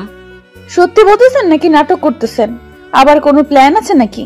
প্ল্যান কাজে লাগানোর জন্য আমার দুর্বলতার সুযোগ নিচ্ছেন? এখানে কোনো দুর্বলতার সুযোগ নিচ্ছি না। তুমি আমাকে তার ঠিকানাটা দাও, আমি তার সাথে যোগাযোগ করে তোমার সাথে কথা বলে তারপর তোমাকে সেখানে নিয়ে গিয়ে আমি দিয়ে আসব, সমস্যা নেই। আমার কাছ থেকে তোমাকে মুক্তি দিয়ে দিব। তারপর প্রিয়াঙ্কা আশিককে মাহিনের বিষয়ে সবকিছু ডিটেলস সহ বলে দিল। মাহিন কোথায় থাকে, কোন ক্লাসে পড়ে, কোথায় আড্ডা দেয়, কোথায় কোথায় তাদের দেখা হয়, সবকিছু বলে দিল। আর মাহিনের বাসার ঠিকানাটাও বলে দিল, যাতে করে আশিকের সুবিধা হয় মাহিনকে খুব তাড়াতাড়ি তার কাছে এনে দেওয়া। প্রিয়াঙ্কা মনে মনে অনেক খুশি হলো আশিকের এরকম ব্যবহার দেখে। পরে আবার ভাবলো আশিকের এটা কোনো নতুন প্ল্যান না তো। সেটা ভেবে আবার মন খারাপ হয়ে গেল প্রিয়াঙ্কার। ভালো লাগছে কারণ আশিক তার সাথে একটু ভালো ব্যবহার করছে, তার ভালোবাসার মানুষকে ফিরিয়ে এনে দিতে চাচ্ছে। দেখা যাক শেষ পর্যন্ত কি হয়। তারপর প্রিয়াঙ্কাকে রুমে এনে আশিক ভালোভাবে সবকিছু পরিষ্কার করে দিল। তারপর তাকে একটা জামা পরে নিতে বলল। প্রিয়াঙ্কা আশিকের থেকে লুকিয়ে মনে মনে বাথরুমে চলে গেল, জামা পরে নিল, তারপর বেরিয়ে আসলো। আর আশিক সঙ্গে সঙ্গে প্রিয়াঙ্কাকে সাথে করে নিয়ে বাসা থেকে বেরিয়ে পড়লো। আমরা এখন কোথায় যাচ্ছি? আর আমাকে এভাবে হুট করে বাসা থেকে বের করে নিয়ে আসলেন? তখন না বললাম আমরা ডক্টরের কাছে যাব, তারপর সেখান থেকে সোজা তোমাদের বাসায় যাব। ওইখানে 2 দিন থাকবো, ওইখান থেকে তোমার মাহিনকে খুঁজবো, তারপর আবার সেখানে তোমাকে মাহিন হাতে তুলে দিয়ে আমি বাসায় চলে আসবো। সত্যি বলতেছেন? আমার ভালোবাসাকে আমার কাছে ফিরিয়ে দেবেন? আপনাকে অনেক ধন্যবাদ আমার উপর দয়া দেখানোর জন্য। ধন্যবাদ দিতে হবে না, কারণ আমি এতদিন আমার নিজের জেদকে কাজে লাগিয়ে আপনাকে অনেক কষ্ট দিয়ে ফেলেছি। তার জন্য আমি ক্ষমা চেয়ে নিচ্ছি। জানি ক্ষমা পাওয়ার যোগ্য আমি না। আচ্ছা, আমরা এখন ডাক্তারের কাছে না যাই? আমি এমনিতেই যদি ঘুম পারি বা এমনিতেই খাওয়া দাওয়া ঠিক মতো করি তাহলে শরীর ঠিক হয়ে যাবে। অথচ ডাক্তারের কাছে গিয়ে আপনার টাকাগুলো নষ্ট করার কোনো মানে হয় না। সমস্যা নাই, অত্যাচার যেহেতু করেছি টাকা খরচ করলে কোনো সমস্যা হবে না। অত্যাচার করেছি, একটু তো চিকিৎসা করতেই হবে। চলেন না আমরা সেই নদীর ধারে যাই। যদি মাহিনের দেখা সেখানে পেয়ে যাই তাহলে তো কাজ হয়ে যাবে, কারণ সে হয়তো আমার জন্য অপেক্ষা করে ওই নদীর ধারে। আজকে আর অন্য কোথাও যাব না, আজকে সোজা এখান থেকে বাসায় চলে যাব, তারপর কালকে কোথায় যাওয়া যায় যাব সেখানে। সমস্যা কি? আজকে গলে যদি তার দেখা পেয়ে যাই, চলেন না। আমার কথাটা একটু রাখেন না, যেহেতু একটু আমার দায়িত্ব নিতে চাচ্ছেন, প্লিজ আমার কথাটা রাখেন। আমার পক্ষে সেটা করা কখনো সম্ভব নয়, কারণ তোমার শরীরের অবস্থা অনেক খারাপ, আর তোমাকে এই অবস্থায় আমি কোথাও নিয়ে যেতে পারবো না। এর থেকে আজকে তুমি রেস্ট করো, কালকে থেকে খোঁজা শুরু করে দেব। প্রিয়াঙ্কার অনেক মন খারাপ হলো। আশিককে অনেক কিছু বলতে চাইলো, কিন্তু নিজের মধ্যে সবকিছু রেখে দিল, কারণ আশিক একটু ভালো ব্যবহার করছে। এখন যদি প্রিয়াঙ্কা আবার নাকামো করে, কথাবার্তা বলে, সেটা যদি অন্য লেভেলের হয়ে যায়, তখন তো আবার কি না কি হয়ে যাবে। তার থেকে প্রিয়াঙ্কা নিজেকে সংযম করলো, যাতে করে আশিক নিজের কথা থেকে সরে না আসে, যাতে করে সে তার ভালোবাসার মানুষকে ফিরে পায়। আর এই অত্যাচারের জগৎ থেকে সে একটু মুক্তি পেতে চায়, সুন্দরভাবে বেঁচে থাকতে পারে। তার জন্য প্রিয়াঙ্কা চুপ হয়ে গেল। মাহিন যে কতটা তাকে ভালোবাসে সেটা শুধু প্রিয়াঙ্কাই জানে। এতদিনের ভালোবাসার মধ্যে মাহিন তাকে কোনো খারাপ উদ্দেশ্যে ইঙ্গিত করেনি, খারাপ কথা বলেনি, সবসময় তার ভালো চেয়েছে, সবসময় তার ভালোবাসার পবিত্রতা রেখেছে। কিন্তু আজকে বিয়ে হওয়ার 1 সপ্তাহ হয়ে গেল, মাহিনের একবারও খোঁজ খবর নিল না। এই বিষয়টা খুব চিন্তায় ফেলে দিচ্ছে প্রিয়াঙ্কাকে। কারণ মাহিন নিজের কোনো ক্ষতি করলো না তো আবার তার বিয়ের কথা শুনে। প্রিয়াঙ্কা আর কোনো কিছু ভাবতে পারছে না। তার খুব ভালো লাগছে আজকে, তার মনটা কেন জানি খুব খুশি খুশি লাগতেছে। কারণ আশিক তার সাথে এত ভালো ব্যবহার করেছে, তার উপর তার ভালোবাসার মানুষকে খুঁজে এনে দিবে বলল। এই কথাগুলো ভাবতে গেলেই প্রিয়াঙ্কার মন আনন্দে ভরে যাচ্ছে। তারপর আশিকের সাথে প্রিয়াঙ্কা ডক্টরের কাছে গেল, ডক্টরকে দেখানো হলো। ডক্টর কিছু টেস্ট করতে দিল প্রিয়াঙ্কার। প্রিয়াঙ্কা আশিকের সাথে গিয়ে সেই টেস্টগুলো করে নিল তাড়াতাড়ি। প্রিয়াঙ্কা অবাক হয়ে গেল, এত তাড়াতাড়ি কিভাবে টেস্টের রিপোর্ট আর এত তাড়াতাড়ি কিভাবে সবকিছু হয়ে গেল। প্রিয়াঙ্কার কেমন যেন একটা খটকা লাগলো। এখানে আশিক আসলো মাত্র আর তাকে দেখে সবকিছু তাড়াতাড়ি হয়ে গেল, এটা কিভাবে সম্ভব? প্রিয়াঙ্কা তো এর আগেও অনেক হসপিটালে গিয়েছিল, ডক্টরের কাছে দেখা করতে গেলে লাইন ধরে দাঁড়াতে হয়। তারপর টেস্টের কথা তো বাদই দিলাম, টেস্টের রিপোর্ট দিতে দিতে 2 থেকে 3 ঘন্টা লেগে যায়। কিন্তু এখানে মাত্র 10 থেকে 15 মিনিটের মধ্যে, মানে টেস্টের পরীক্ষা করতে যতক্ষণ না সময় তার থেকে বেশি সময় লাগলো না। আর তার থেকে বড় কথা হলো, ডক্টর কিভাবে এত তাড়াতাড়ি রিপোর্ট দেখে? সবাইকে দেখার পর তারপর রাত্রে বা 2-3 ঘন্টা পর রিপোর্ট দেখে। কিন্তু এটা কিভাবে সম্ভব হয়ে গেল? প্রিয়াঙ্কা আর কোনো কিছু ভাবতে পারছে না। তাড়াতাড়ি হসপিটাল থেকে বেরিয়ে আসলো আশিক প্রিয়াঙ্কাকে সাথে করে নিয়ে। প্রিয়াঙ্কার সাথে কোনো কথা বলছে না। একটা কথা চিন্তা করতেছে সে, মাহিনের দেখা কখন পাবে, আর তাকে কতদিন ধরে সে দেখে না, নিজের কি অবস্থা করে রেখেছে সেটাই ভাবছে প্রিয়াঙ্কা। কি হলো, এত মনোযোগ দিয়ে কি ভাবতেছো? ভালোবাসার মানুষের দেখা পাবে, তার জন্য কি আমার সাথে কথা বলা যাবে না? একদম চুপ মেরে আছো যে। কোথায় চুপ মেরে আছি? আমি তো সেই থেকেই বকবক করলাম, আর বেশি বকবক করলে মাথাটা কেমন জানি ব্যথা করে, তার জন্য চুপ করে আছি। এখন একটু রেস্ট নিতেছি। আচ্ছা, তাহলে এই ব্যাপার। তখন ডক্টরের কাছে বললে না কেন? তারা ওষুধ লিখে দিত, খাইলে তো আর এই সমস্যাটা হতো না। তখন না মনে করে দিয়ে এখন আবার বলতেছো এসব কথা? ব্যাপার না, ঠিক হয়ে যাবে। এটা কোনো সমস্যা হলো? এমনিতেই ঠিক হয়ে যাবে। ঘুম হয়নি তো এই কয়দিনে, তার কারণে এরকম সমস্যা হচ্ছে। সব আমার দোষ, তাই না? আমি যদি এরকম না করতাম তাহলে আজকে আপনার কোনো সমস্যা হতো না। এটা কি শুরু করেছেন বলেন তো? একবার আপনি, একবার তুমি, একবার তুই, যে কোনো একটা ধরে থাকেন। এখন থেকে একটাই ধরে থাকবো, সেটা হচ্ছে আপনি। কারণ এখন থেকে এটার পরিবর্তন করার অধিকার আমার নাই। কে বলেছে নাই? কেন নাই? কিসের জন্য নেই? আপনি যেহেতু আমাকে চেনেন, বা আপনার এখন বউ আমি, তাহলে তুমি বা তুই করেই বলতে পারেন, সমস্যা নেই। আপনার যেটা খুশি আপনি ধরে থাকবেন কিসের জন্য? ভালো জিনিসের কদর আমরা করতে পারি না, তাই আমিও হয়তো ভালো জিনিসের কদর করতে পারলাম না। তার জন্য এখন থেকে আপনি ঠিক করে রাখছি। কি বলবেন আপনি? আপনার কোনো কথা আমি বুঝতে পারতেছি না। এতক্ষণ তো আপনার কথা মানে গুলো বুঝতে পারলাম, এখন কেন জানি আমার মাথার উপর দিয়ে যাচ্ছে। আপনাকে কোনো কিছু বুঝতে হবে না। এখন চলেন আপনার বাসায় যাব, তারপর সেখানে গিয়ে রেস্ট করব। আমারও খুব ক্লান্ত লাগতেছে কেন জানি। আচ্ছা তাহলে চলেন এখান থেকে। তো আমাদের বাসা অনেক দূর, জার্নি করতে হবে। কে বলেছে অনেক দূর? আমরা এখন বাইকে যাব, সমস্যা নেই। উঠো, বা অটো বা সিএনজিতে যাব না, খুব তাড়াতাড়ি পৌঁছে যাব। এখন আমরা বাইক কই পাইবো? আসার সময় তো সিএনজি করেই আসলাম, এখানে এখন বাইক কোথায় পাবো আমরা? সেটা নিয়ে তোমাকে এত টেনশন করতে হবে না, সেই টেনশনটা আমার, আমি ম্যানেজ করে রেখেছি। এখন চলো, তাড়াতাড়ি সামনে রাখা আছে আমাদের জন্য বাইক। প্রিয়াঙ্কা আর কোনো কথা বললো না, চুপচাপ আশিকের সাথে সামনে এগিয়ে যেতে লাগলো। সামনে গিয়ে দেখে সত্যি একটা বাইক রাখা আছে, সেখানে একটা ছেলে দাঁড়িয়ে আছে।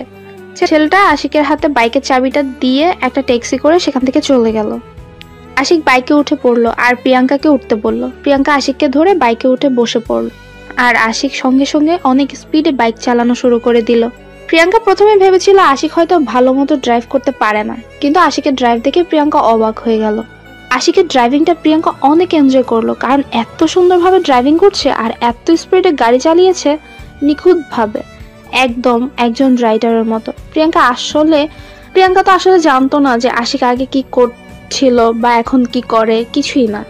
আশিকের সাথে প্রিয়াঙ্কা আজকে 1 সপ্তাহ যাবত আছে, কিন্তু আশিকের সম্পর্কে সে এখন পর্যন্ত কিছুই জানে না। আশিক কি করে, আশিকের পেশা কি, আশিক কি কাজ করে, শুধু প্রিয়াঙ্কা জানে আশিকের আব্বু বিদেশ থাকে, সেখান থেকে টাকা পাঠায়, সে টাকায় মনে হয় আশিক চলাচল করে। কিন্তু প্রিয়াঙ্কা তো আর এটা জানে না যে আশিক কত বড় বিজনেসম্যান আর কত সফল একজন ব্যক্তি। কিন্তু তার কিছু সমস্যার কারণে তার আজকে এই অবস্থা। সেখানে যে ডাক্তারের কাছে গিয়েছিল সেটা ছিল আশিকের বেস্ট ফ্রেন্ড, একসাথে পড়াশোনা করেছে ছোট্টবেলা থেকেই। আশিকও ডাক্তারি পড়েছে, কিন্তু ডাক্তারি না করে সে এখন ব্যবসা করে। কিছুক্ষণ পর আশিক প্রিয়াঙ্কার বাসার সামনে গিয়ে পৌঁছে গেল। খুব অল্প সময়, 30 মিনিট লেগেছিল। যেখানে 1 ঘন্টার রাস্তা সেখানে 30 মিনিটের মধ্যেই এসে পৌঁছে গেল।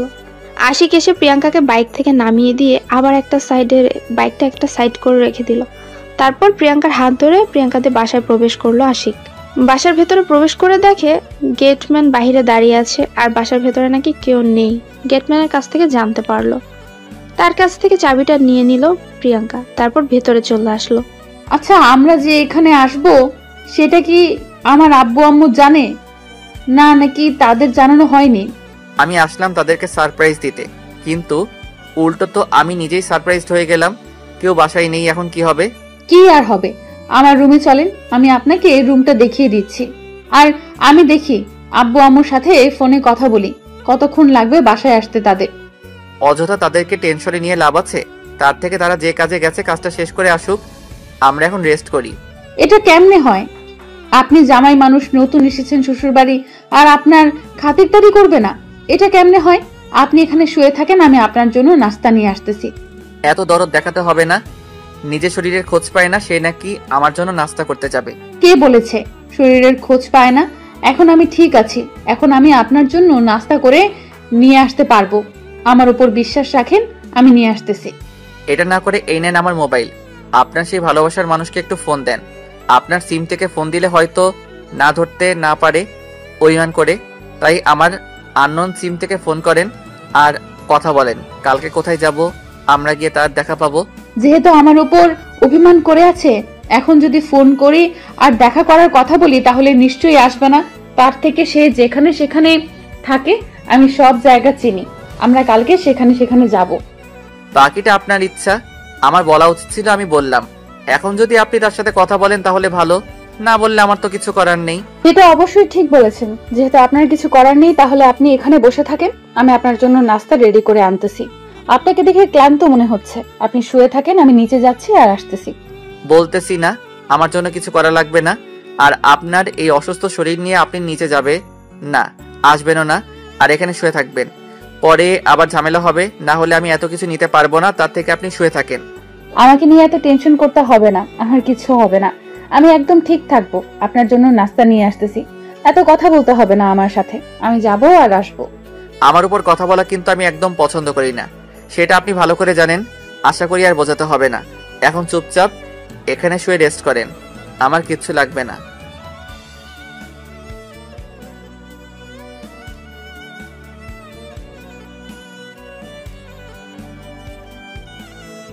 এটা কি করে হতে পারে? প্রথমবার শ্বশুর বাড়ি এসেছেন আর কিছু না খেয়ে এভাবে বসে থাকবেন, আর আমি সেটা মেনে নেব? তারপরও আমার সাথে তর্ক করতেছেন কিসের জন্য? বলতেছি না আমার কিচ্ছু লাগবে না, আপনি রেস্ট করেন, আপনার শরীর দুর্বল, তারপরও কথা বলতেছেন কিসের জন্য? আচ্ছা, কাউকে এত বেশি জোর করা উচিত না।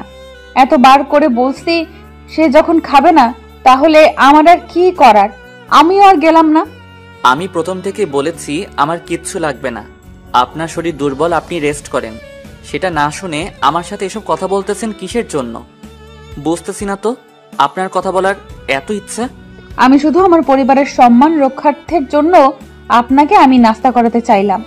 আপনি যদি খাবেন না তাহলে আর অযথা আমি কষ্ট করে করব কিসের জন্য? এবার কিন্তু সত্যি আমার রাগ উঠে যাচ্ছে, আর একবার যদি এটা নিয়ে কোনো কথা হয়েছে তাহলে কিন্তু ভালো হবে না। আপনাকে আমি রেস্ট করতে বলেছি আর আপনি অযথা কথা বলা শুরু করে দিয়েছেন। আশিকের কথা শুনে প্রিয়াঙ্কা আর কোনো কথা বলতে পারলো না। আশিকের প্রচুর রাগ উঠে গেছে। প্রিয়াঙ্কাকে বারবার বলছে রেস্ট করার কথা, আর প্রিয়াঙ্কা বারবার তাকে অযথা কথা বলে যাচ্ছে। তার জন্য আশিকের প্রচন্ড রাগ উঠে যাচ্ছে। আশিকের এমনিতেই অনেক রাগ, তার উপর প্রিয়াঙ্কার এরকম কথা বলতেছে। আশিকের রাগ তো উঠারই কথা, আশিকের রাগ আরো বেশি বেড়ে যাচ্ছে। তার উপর যদি প্রিয়াঙ্কা এরকম কথা বলতে থাকে কেমনটা লাগে?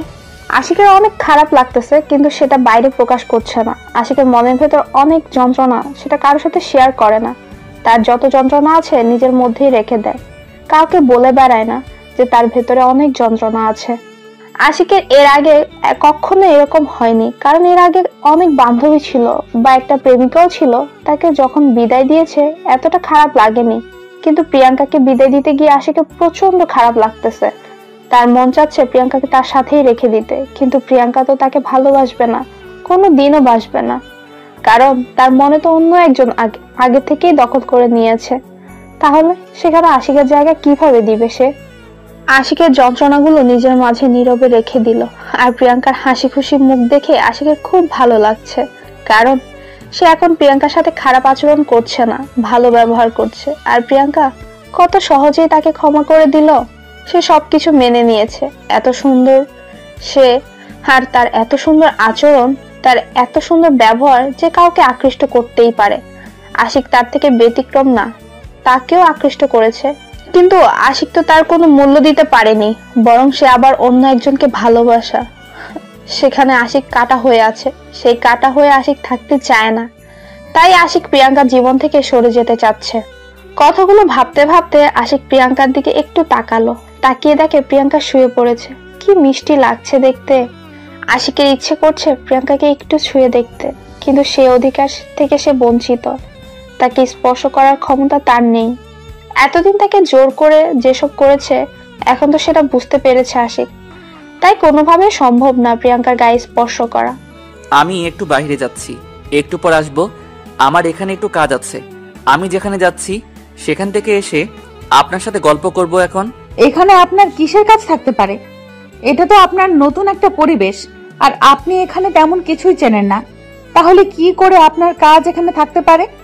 আমি এখানে নতুন না, আমি এই এলাকার অলিগলি সবকিছুই চিনি।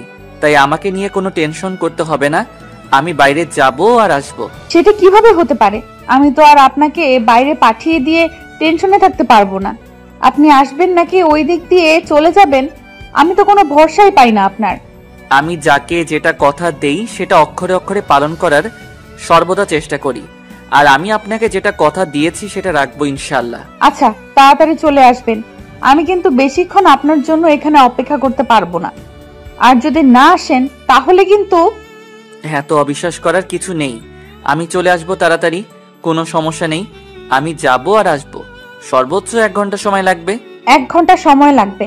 আর আপনি বলতেছেন যাবেন আর আসবেন? এটা কোনো কথা? 1 ঘন্টার ভেতরে তো আপা আম্মু চলে আসবে।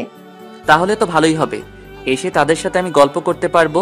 আর আপনি এখন একটু রেস্ট করেন, এখান থেকে কোথাও যাবেন না, নিজের রুমে শুয়ে থাকেন। আমি 1 ঘন্টা পর আসবো। আমার কেমন জানি টেনশন হচ্ছে আপনাকে নিয়ে এখন থেকেই, কারণ আপনি যাবেন আসবেন কি নাকি না, কোথায় যাচ্ছেন। আপনি তো এখানে নতুন কাউকে চেনেন না। আমি তো বললাম আমি এখানে সবকিছুই চিনি, আমাকে নিয়ে অযথা টেনশন করতে হবে না। আমি একটা কথা বলি, আমি আপনার সাথে যাই, তাহলে তো কোনো সমস্যা হবে না। আমি যদি আপনার সাথে যাই তাহলে তো কোনো সমস্যা হওয়ার কথা না, তাই না? আমি যাই সাথে। আপনি কেন বোঝার চেষ্টা করতেছেন না? কেন এত অবিশ্বাস করতেছেন আমাকে? আমি যাব আর এই আসবো। বিশ্বাসের কথা এখানে বলতেছি না, বলতেছি যে আপনাকে কি পাওয়া যাবে নাকি আপনি সেখান থেকে চলে যাবেন, সেটার বিশ্বাস পাচ্ছি না আমি। আচ্ছা, এই নেন আমার ফোন, আমার ফোনে গেমস খেলেন। আমি যাব আর আসবো, আমার ফোনের প্রয়োজন হবে না।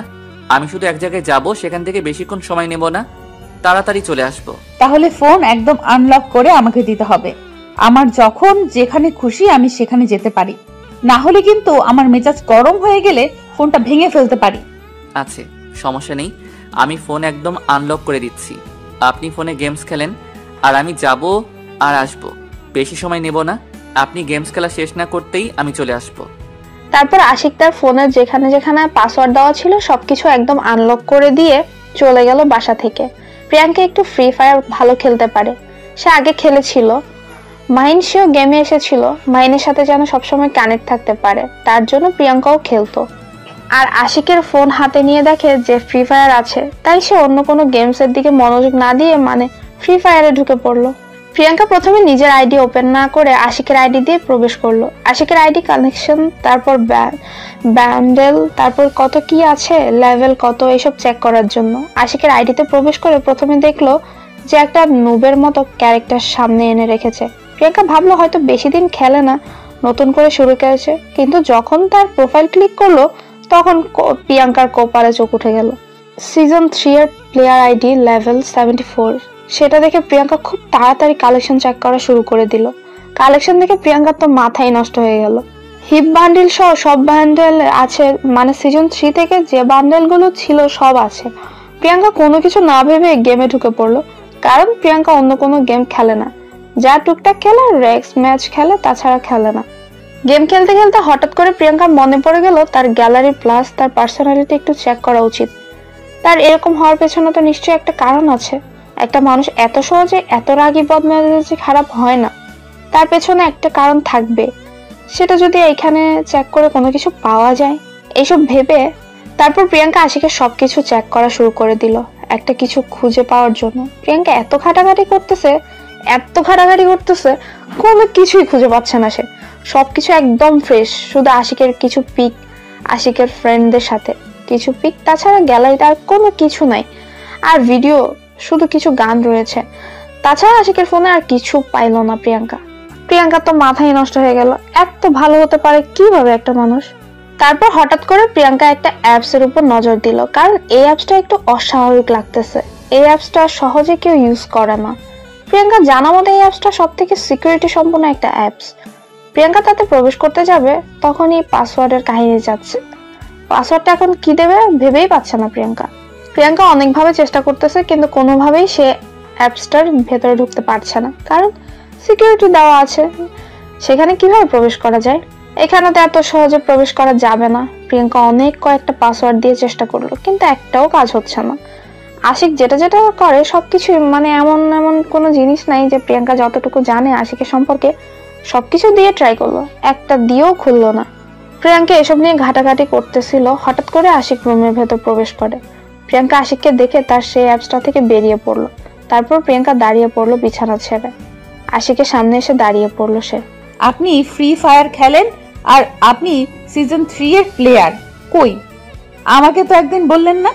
কেন, আপনি ফ্রি ফায়ার খেলেন? চলেন একটা কাস্টম হয়ে যাবে। যদি ফ্রি ফায়ার খেলেন খুব বোরিং লাগতেছে, একটা কাস্টম খেলে আসি। আমি কি আপনার সাথে পারবো নাকি? আমি পারবো না আপনার সাথে, খেলবো না আমি। আপনি খুব ভালো খেলেন দেখে বোঝা যাচ্ছে। আরে দূর, আমি খেলতে পারি না, একদম খেলতে পারি না। এমনিতেই অনেক আগে থেকে খেলি, কিন্তু রেগুলার না। দিনে 1 ঘন্টা 1.5 ঘন্টা এরকম খেলছিলাম। আমি তো আপনার সাথে খেলবো না। আপনি যেটা খেলেন আমার পক্ষে কখনোই সম্ভব না। আপনি অনেক খেলেন, আমি খেলতে পারবো না আপনার সাথে। আরে ব্যাপার না, আমি কাস্টম দেব। একটা তো খেলেন, আমার কাছে কাস্টম অনেকগুলো আছে। আমি কাস্টম খেলি না তেমন ভাবে, তাই কাস্টম খেলতে পারি না। একবার খেলে দেখেন না কেমন পারি। যদি আপনি আমাকে 70 থেকে 0 হারাইয়া দিছেন, তাহলে কিন্তু আর গেম খেলতে পারবো না আমি এর থেকে না খেলি, কারণ এর উপর একটা অ্যাট্রাকশন আছে। যদি হেরে যায় আপনার কাছে 4-0-তে। আমি এখন বুঝতে পেরেছি আপনি অনেক ভালো খেলেন। এখন আমি যতই আপনাকে রিকোয়েস্ট করি গেমে নিয়ে আসবো, তখন দেখবেন যে আপনি আমাকে হারাই দিয়েছেন। তখন আমার মান সম্মান বলতে কিছু থাকবে না। তার থেকে যদি আপনি না খেলেন তাহলে দরকার নেই। আচ্ছা, আমি গেমে যাচ্ছি, আপনিও চলে আসেন। এতই যখন বলেছেন তাহলে একটা খেলতে তো আর কোনো সমস্যা নেই। আপনার ইচ্ছা, আপনিও তো মনে হয় অনেক ভালোই পারেন, তার জন্য এরকম করতেছেন। আমি বুঝতে পেরেছি। আমি ভালো মতো খেলতে পারি না। আপনি তো আমাকে 7-0 হারিয়া দিবেন দেখে নিয়েন, আমি পারি না। আচ্ছা, তাহলে এত কথা বললে আর পরে খেলা হবে না। চলেন কাস্টমে চলে আসেন, একটা কাস্টম খেলে আসি, তারপর দেখা যাক। আমি খেলবো না, পারি না।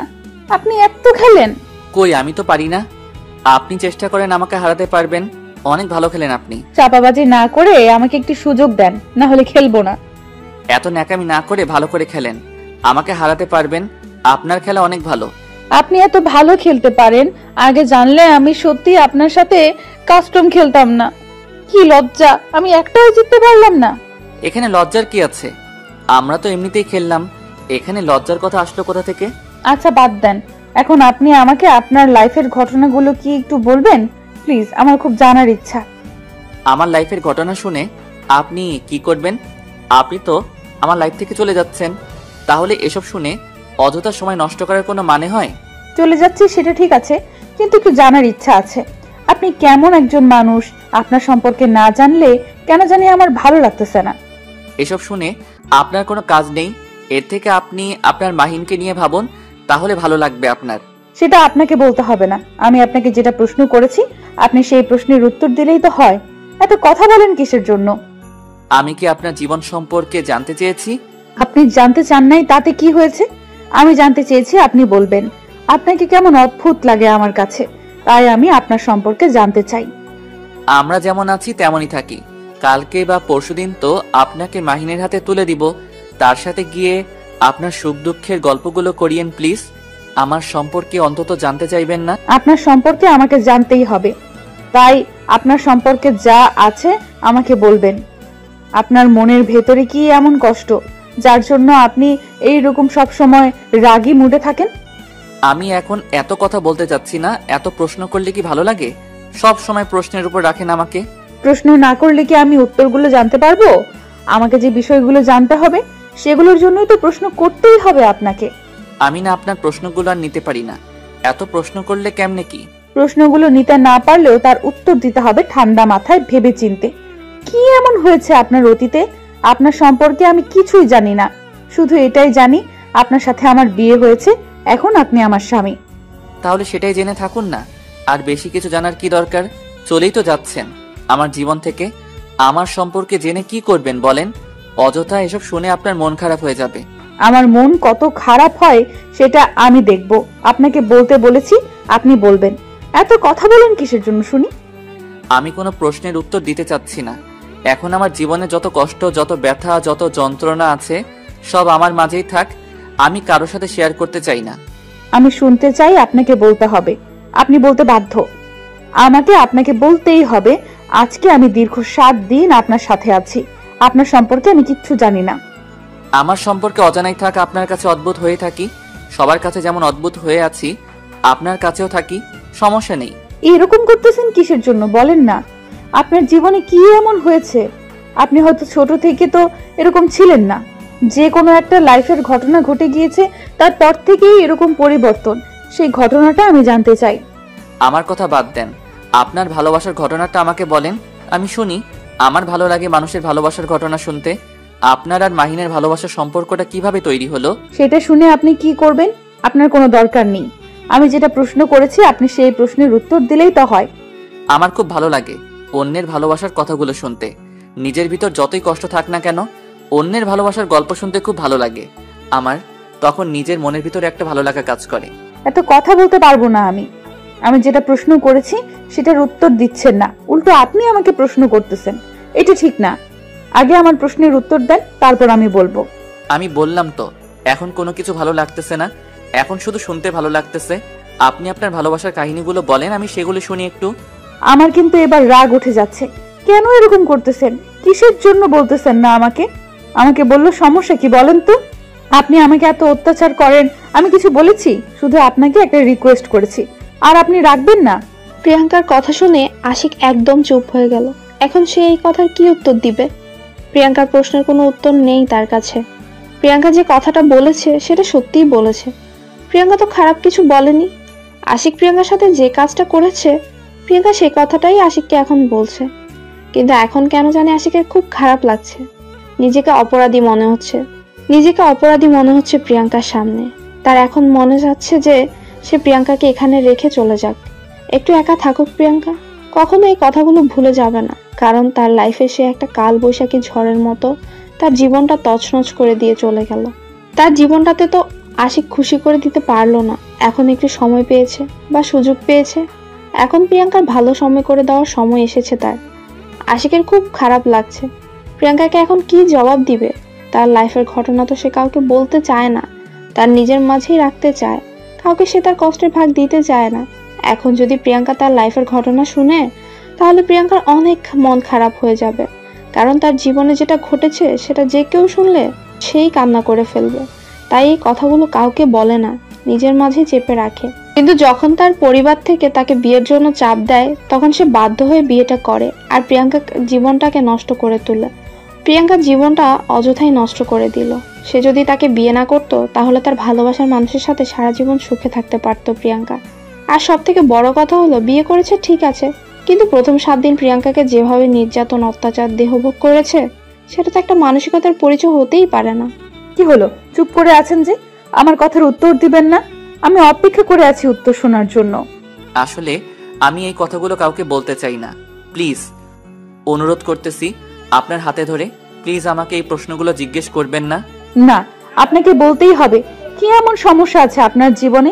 কি এমন ঘটে গিয়েছে আমি জানতে চাই। আচ্ছা বলবো, একদিন সময় করে, আজকে না, আগে আমি আমার কাজটা সম্পন্ন করি, তারপর আপনাকে একদিন ডাক দিয়ে বলবো সবকিছু। দেখেন, আজকে বাসায় শুধু আপনি আর আমি, আর কেউ নেই। এরকম সুযোগ আমি কোথাও পাবো না। এরপর যদি আমি মাহিনের কাছে চলে যাই, মাহিন আপনাকে আমার পাশে দেখলে সহ্য করতে পারবে না। আমি তাকে কষ্ট দিতে পারবো না। আপনি এখন বলেন প্লিজ, হাত জোর করে বলতেছি। আচ্ছা কালকে সকালে বলবো। আজকে আমি ঠিক হয়ে নেই, আমার মেন্টালিটি ঠিক করে নেই, সবকিছু আমি নিজের মতো করে গুছিয়ে রাখি। কালকে আপনাকে সবকিছু সুন্দর করে বলে দিয়ে তারপর মাহিনের হাতে আপনাকে তুলে দিয়ে আমি চলে যাব আপনাদের জীবন থেকে। আমি একটা জিনিস বুঝতে পারছি না, আপনি হঠাৎ করে আমাকে মাহিনের কাছে চলে যেতে দিচ্ছেন? কিছুদিন আগেই তো বললেন যে আমাকে কোথাও যেতে দেবেন না, আর আজকে বা গতকাল থেকে হঠাৎ করে আপনার কি হয়ে গেল? অনেক কিছুই ভেবে দেখলাম, অন্যের ভালোবাসাকে নিজের কাছে এরকম ভাবে ধরে রাখা ঠিক হবে না, তাকে মুক্ত করে দেওয়া উচিত, তাদের ভালোবাসাটাকে এক হতে সাহায্য করা উচিত। আমরা তাই। আমার বিশ্বাস হয় না। নিশ্চয়ই কোনো একটা কারণ আছে। কারণ ছাড়া আপনি কখনোই এরকম কাজ করবেন না, সেটা আপনাকে দেখেই বোঝা যায়। বলেন না কি কারণ? আমি আশিক, স্বার্থপর হতে পারি, খারাপ হতে পারি, নির্লজ্জ হতে পারি, একটা অভদ্র হতে পারি, কিন্তু মন মানসিকতা আগে ভালো ছিল, এখন নষ্ট হয়ে গিয়েছে। আগের মন মানসিকতা থেকে একটু ভেবে দেখলাম যে আপনাকে ছেড়ে দেওয়া উচিত। আমার বিশ্বাস হচ্ছে না। এর পেছনে নিশ্চয়ই কোনো রহস্য বা কোনো কারণ আছে। আমি কেন জানি বিশ্বাস করতে পারতেছি না। আসলে আমাকে কি বলা যাবে বিষয়টা? দেখেন, আমি আপনাকে সবকিছু ভেঙে বলছি, তারপরও কেন বিশ্বাস করতে পারছেন না? যখন আমি মাহিনের হাতে আপনাকে তুলে দিব তখন তো বিশ্বাস করতে পারবেন। আমাকে একটু ভালোভাবে লক্ষ্য করে দেখেন তো, আমার চোখে কোনো কিছু রহস্য লুকিয়ে আছে? একদম ফ্রেশ। সেটা না হয় বুঝতে পারলাম, কিন্তু আমার কেন জানি একটু কষ্ট হচ্ছে মেনে নিতে বিষয়টা। আপনার জীবন সম্পর্কেও আপনি আমাকে বলতেছেন না, তারপর আমাদের ভালোবাসার কাহিনী শুনতে চাচ্ছেন। আমার ভালোবাসার ঘটনা শুনলে হয়তো আপনি অবাক হয়ে যাবেন। আর সব থেকে বড় কথা হচ্ছে, আমিও একটা মানুষ, আমারও একটা মন আছে।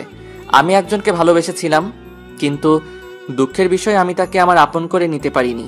প্রিয়াঙ্কা আশিকের মুখ থেকে ভালোবাসার কথা শুনে একটু অবাক হয়ে গেল। সে নিমিষের মধ্যে অন্যরকম একটা অনুভূতি লাভ করলো।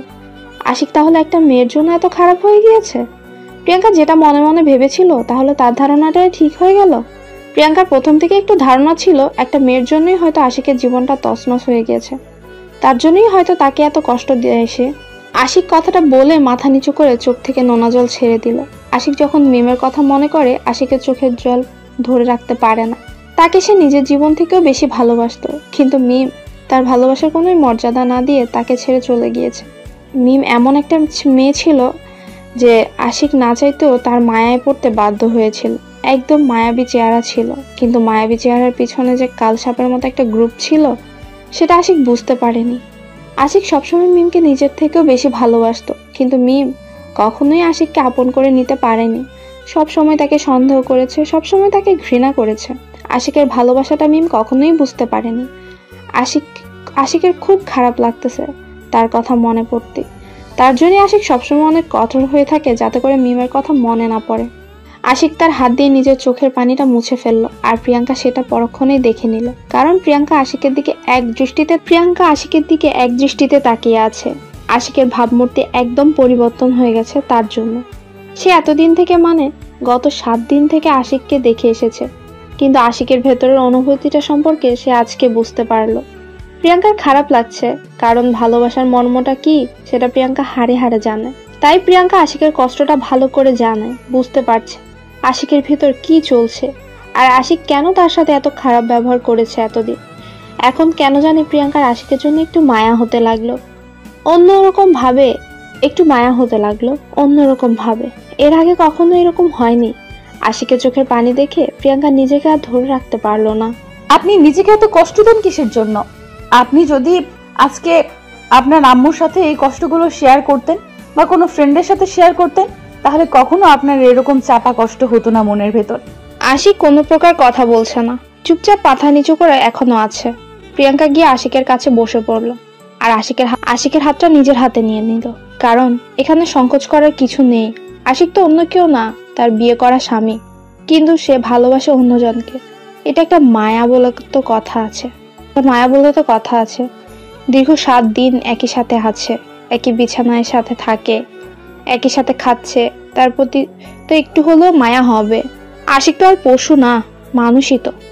কি হলো, আমার সাথে কথা বলবেন না? আমি আপনার উপর সব মান অভিমান ছেড়ে আপনার সাথে কথা বলতেছি, আপনার সম্পর্কে জানতে চাচ্ছি, আর আপনি আমাকে বলবেন না? কি বলবো আমি আপনার সাথে যেটা অত্যাচার করেছি, আপনার সাথে যেটা আমি ব্যবহার করেছি, সেটা তো ক্ষমা পাওয়ার যোগ্য না। একটা কথা সবসময় মাথায় রাখবেন, একজন মানুষের জন্য অন্য একজন মানুষের উপর প্রতিশোধ নেবেন, এটা ভুল করেও কখনো করবেন না। আমার ভুল হয়েছে, প্লিজ আমাকে মাফ করে দিবেন। হয়তো আমি মুখ ফুটে আপনার কাছে এখনো পর্যন্ত মাপ চাইনি, কিন্তু মনের ভিতর আমার অনেক খারাপ লাগা কাজ করেছে। আমি আপনার সাথে অনেক অন্যায় করেছি। আপনি যে বুঝতে পেরেছেন এটাই অনেক কিছু। আমি তাতেই খুশি হয়েছি যে আপনি আপনার ভুলটা বুঝতে পেরেছেন। আমার উপর যে অত্যাচার করেছেন আমি না হয় সেটা ভুলে যাব। আমি জানি না আমি আসলে এই ভুলের ক্ষমা পাওয়ার যোগ্য কিনা, কিন্তু তাও আমি আজকে আপনার কাছে ক্ষমা চেয়ে নিচ্ছি, কারণ এরপর থেকে তো আর ক্ষমা চাওয়ার সুযোগ পাবো না। আচ্ছা, এখন তো বলবেন আপনার সাথে যে ঘটনাটা ঘটে গিয়েছিল। আচ্ছা শোনেন, তাহলে আমি বলতেছি আপনাকে আমার সব ঘটনা খুলে। তারপর আশিক প্রিয়াঙ্কাকে সবকিছু খুলে বলতে শুরু করলো। প্রিয়াঙ্কা মনোযোগ দিয়ে কথাগুলো শ্রবণ করা শুরু করে দিল। আশিক কিভাবে প্রথমে মেয়েটাকে দেখেছিল, কিভাবে মেয়েটার পিছনে পিছনে ঘুরেছিল, তাদের প্রথম কথা কিভাবে হয়েছিল, প্রথম কোথায় ঘুরতে গিয়েছিল, প্রথম কে কাকে প্রপোজ করেছে, সব। তারপর যখন তাদের ভালোবাসা শুরু হলো, তখন আশিক মেয়েটাকে প্রতিদিন বাসায় নিয়ে আসা যাওয়া করতেও মিম আশিকের বাসা দেখে একদম টাকার লোভে পড়ে গিয়েছিল। তারপর থেকে মিম প্রতিদিন তার বাসায় আসা যাওয়া শুরু করে দিয়েছিল। আশিক প্রথমে বুঝতে পারেনি যে মিম তার কাছে শুধু ভালোবাসার নাটক করছে। আশিক সত্যি সত্যি মিমকে অনেক ভালোবাসতো, কিন্তু মিম আশিককে ঠকিয়ে ছেড়ে চলে গেছে। আশিকের অনেক সম্পত্তি নিজের নামে করে নিয়েছিল। তারপর হঠাৎ একদিন আশিকের সাথে সব সম্পর্ক নষ্ট করে দিয়ে চলে যায় সে। আপনি আর খোঁজ নেওয়ার চেষ্টা করেননি, বা মিম নামের মেয়েটা আপনার কাছে আর কখনো যোগাযোগ করার চেষ্টা করেনি? আসলে আমি একজন বড় বিজনেসম্যান ছিলাম, কিন্তু আমার সম্পত্তি যখন মিম নিয়ে চলে যায় তখন আমি প্রায় নিঃস্ব হয়ে গিয়েছিলাম। একটা মেয়ে কিভাবে এত স্বার্থপর হতে পারে? কিভাবে একটা মানুষকে নিঃস্ব করে দিয়ে চলে যেতে পারে? আমি বুঝে উঠতে পারি না। আর তখন জিজ্ঞেস করেছিলেন না ডক্টর কেন আমাদের সবকিছু তাড়াতাড়ি করে দিল? আমি একজন ডক্টর, আমিও ডক্টরেট করেছি, আমরা দুজন একসাথেই করেছিলাম ডক্টরেট, কিন্তু আমার ডাক্তারি করতে ভালো লাগে না, তার জন্যই আমি বিজনেসম্যান হয়ে গিয়েছি। আসলে আপনার এত পরিবর্তন হওয়া ঠিক হয়নি। আপনি অন্য একটা মেয়ের জন্য আপনার নিজের জীবনটা নষ্ট করে দিচ্ছেন, এটা ঠিক না।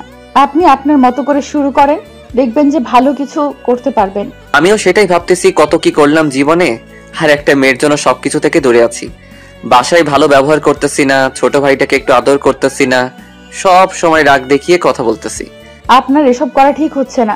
আপনি পরিবারের প্রতি যত্নশীল হন, আপনার নিকটস্থ আত্মীয়দের সাথে একটু মেলামেশা করেন, ফ্রেন্ড সার্কেলদের সাথে ঘুরোঘুরি করেন, দেখবেন যত কষ্ট আছে সব দূর হয়ে যাবে আস্তে আস্তে।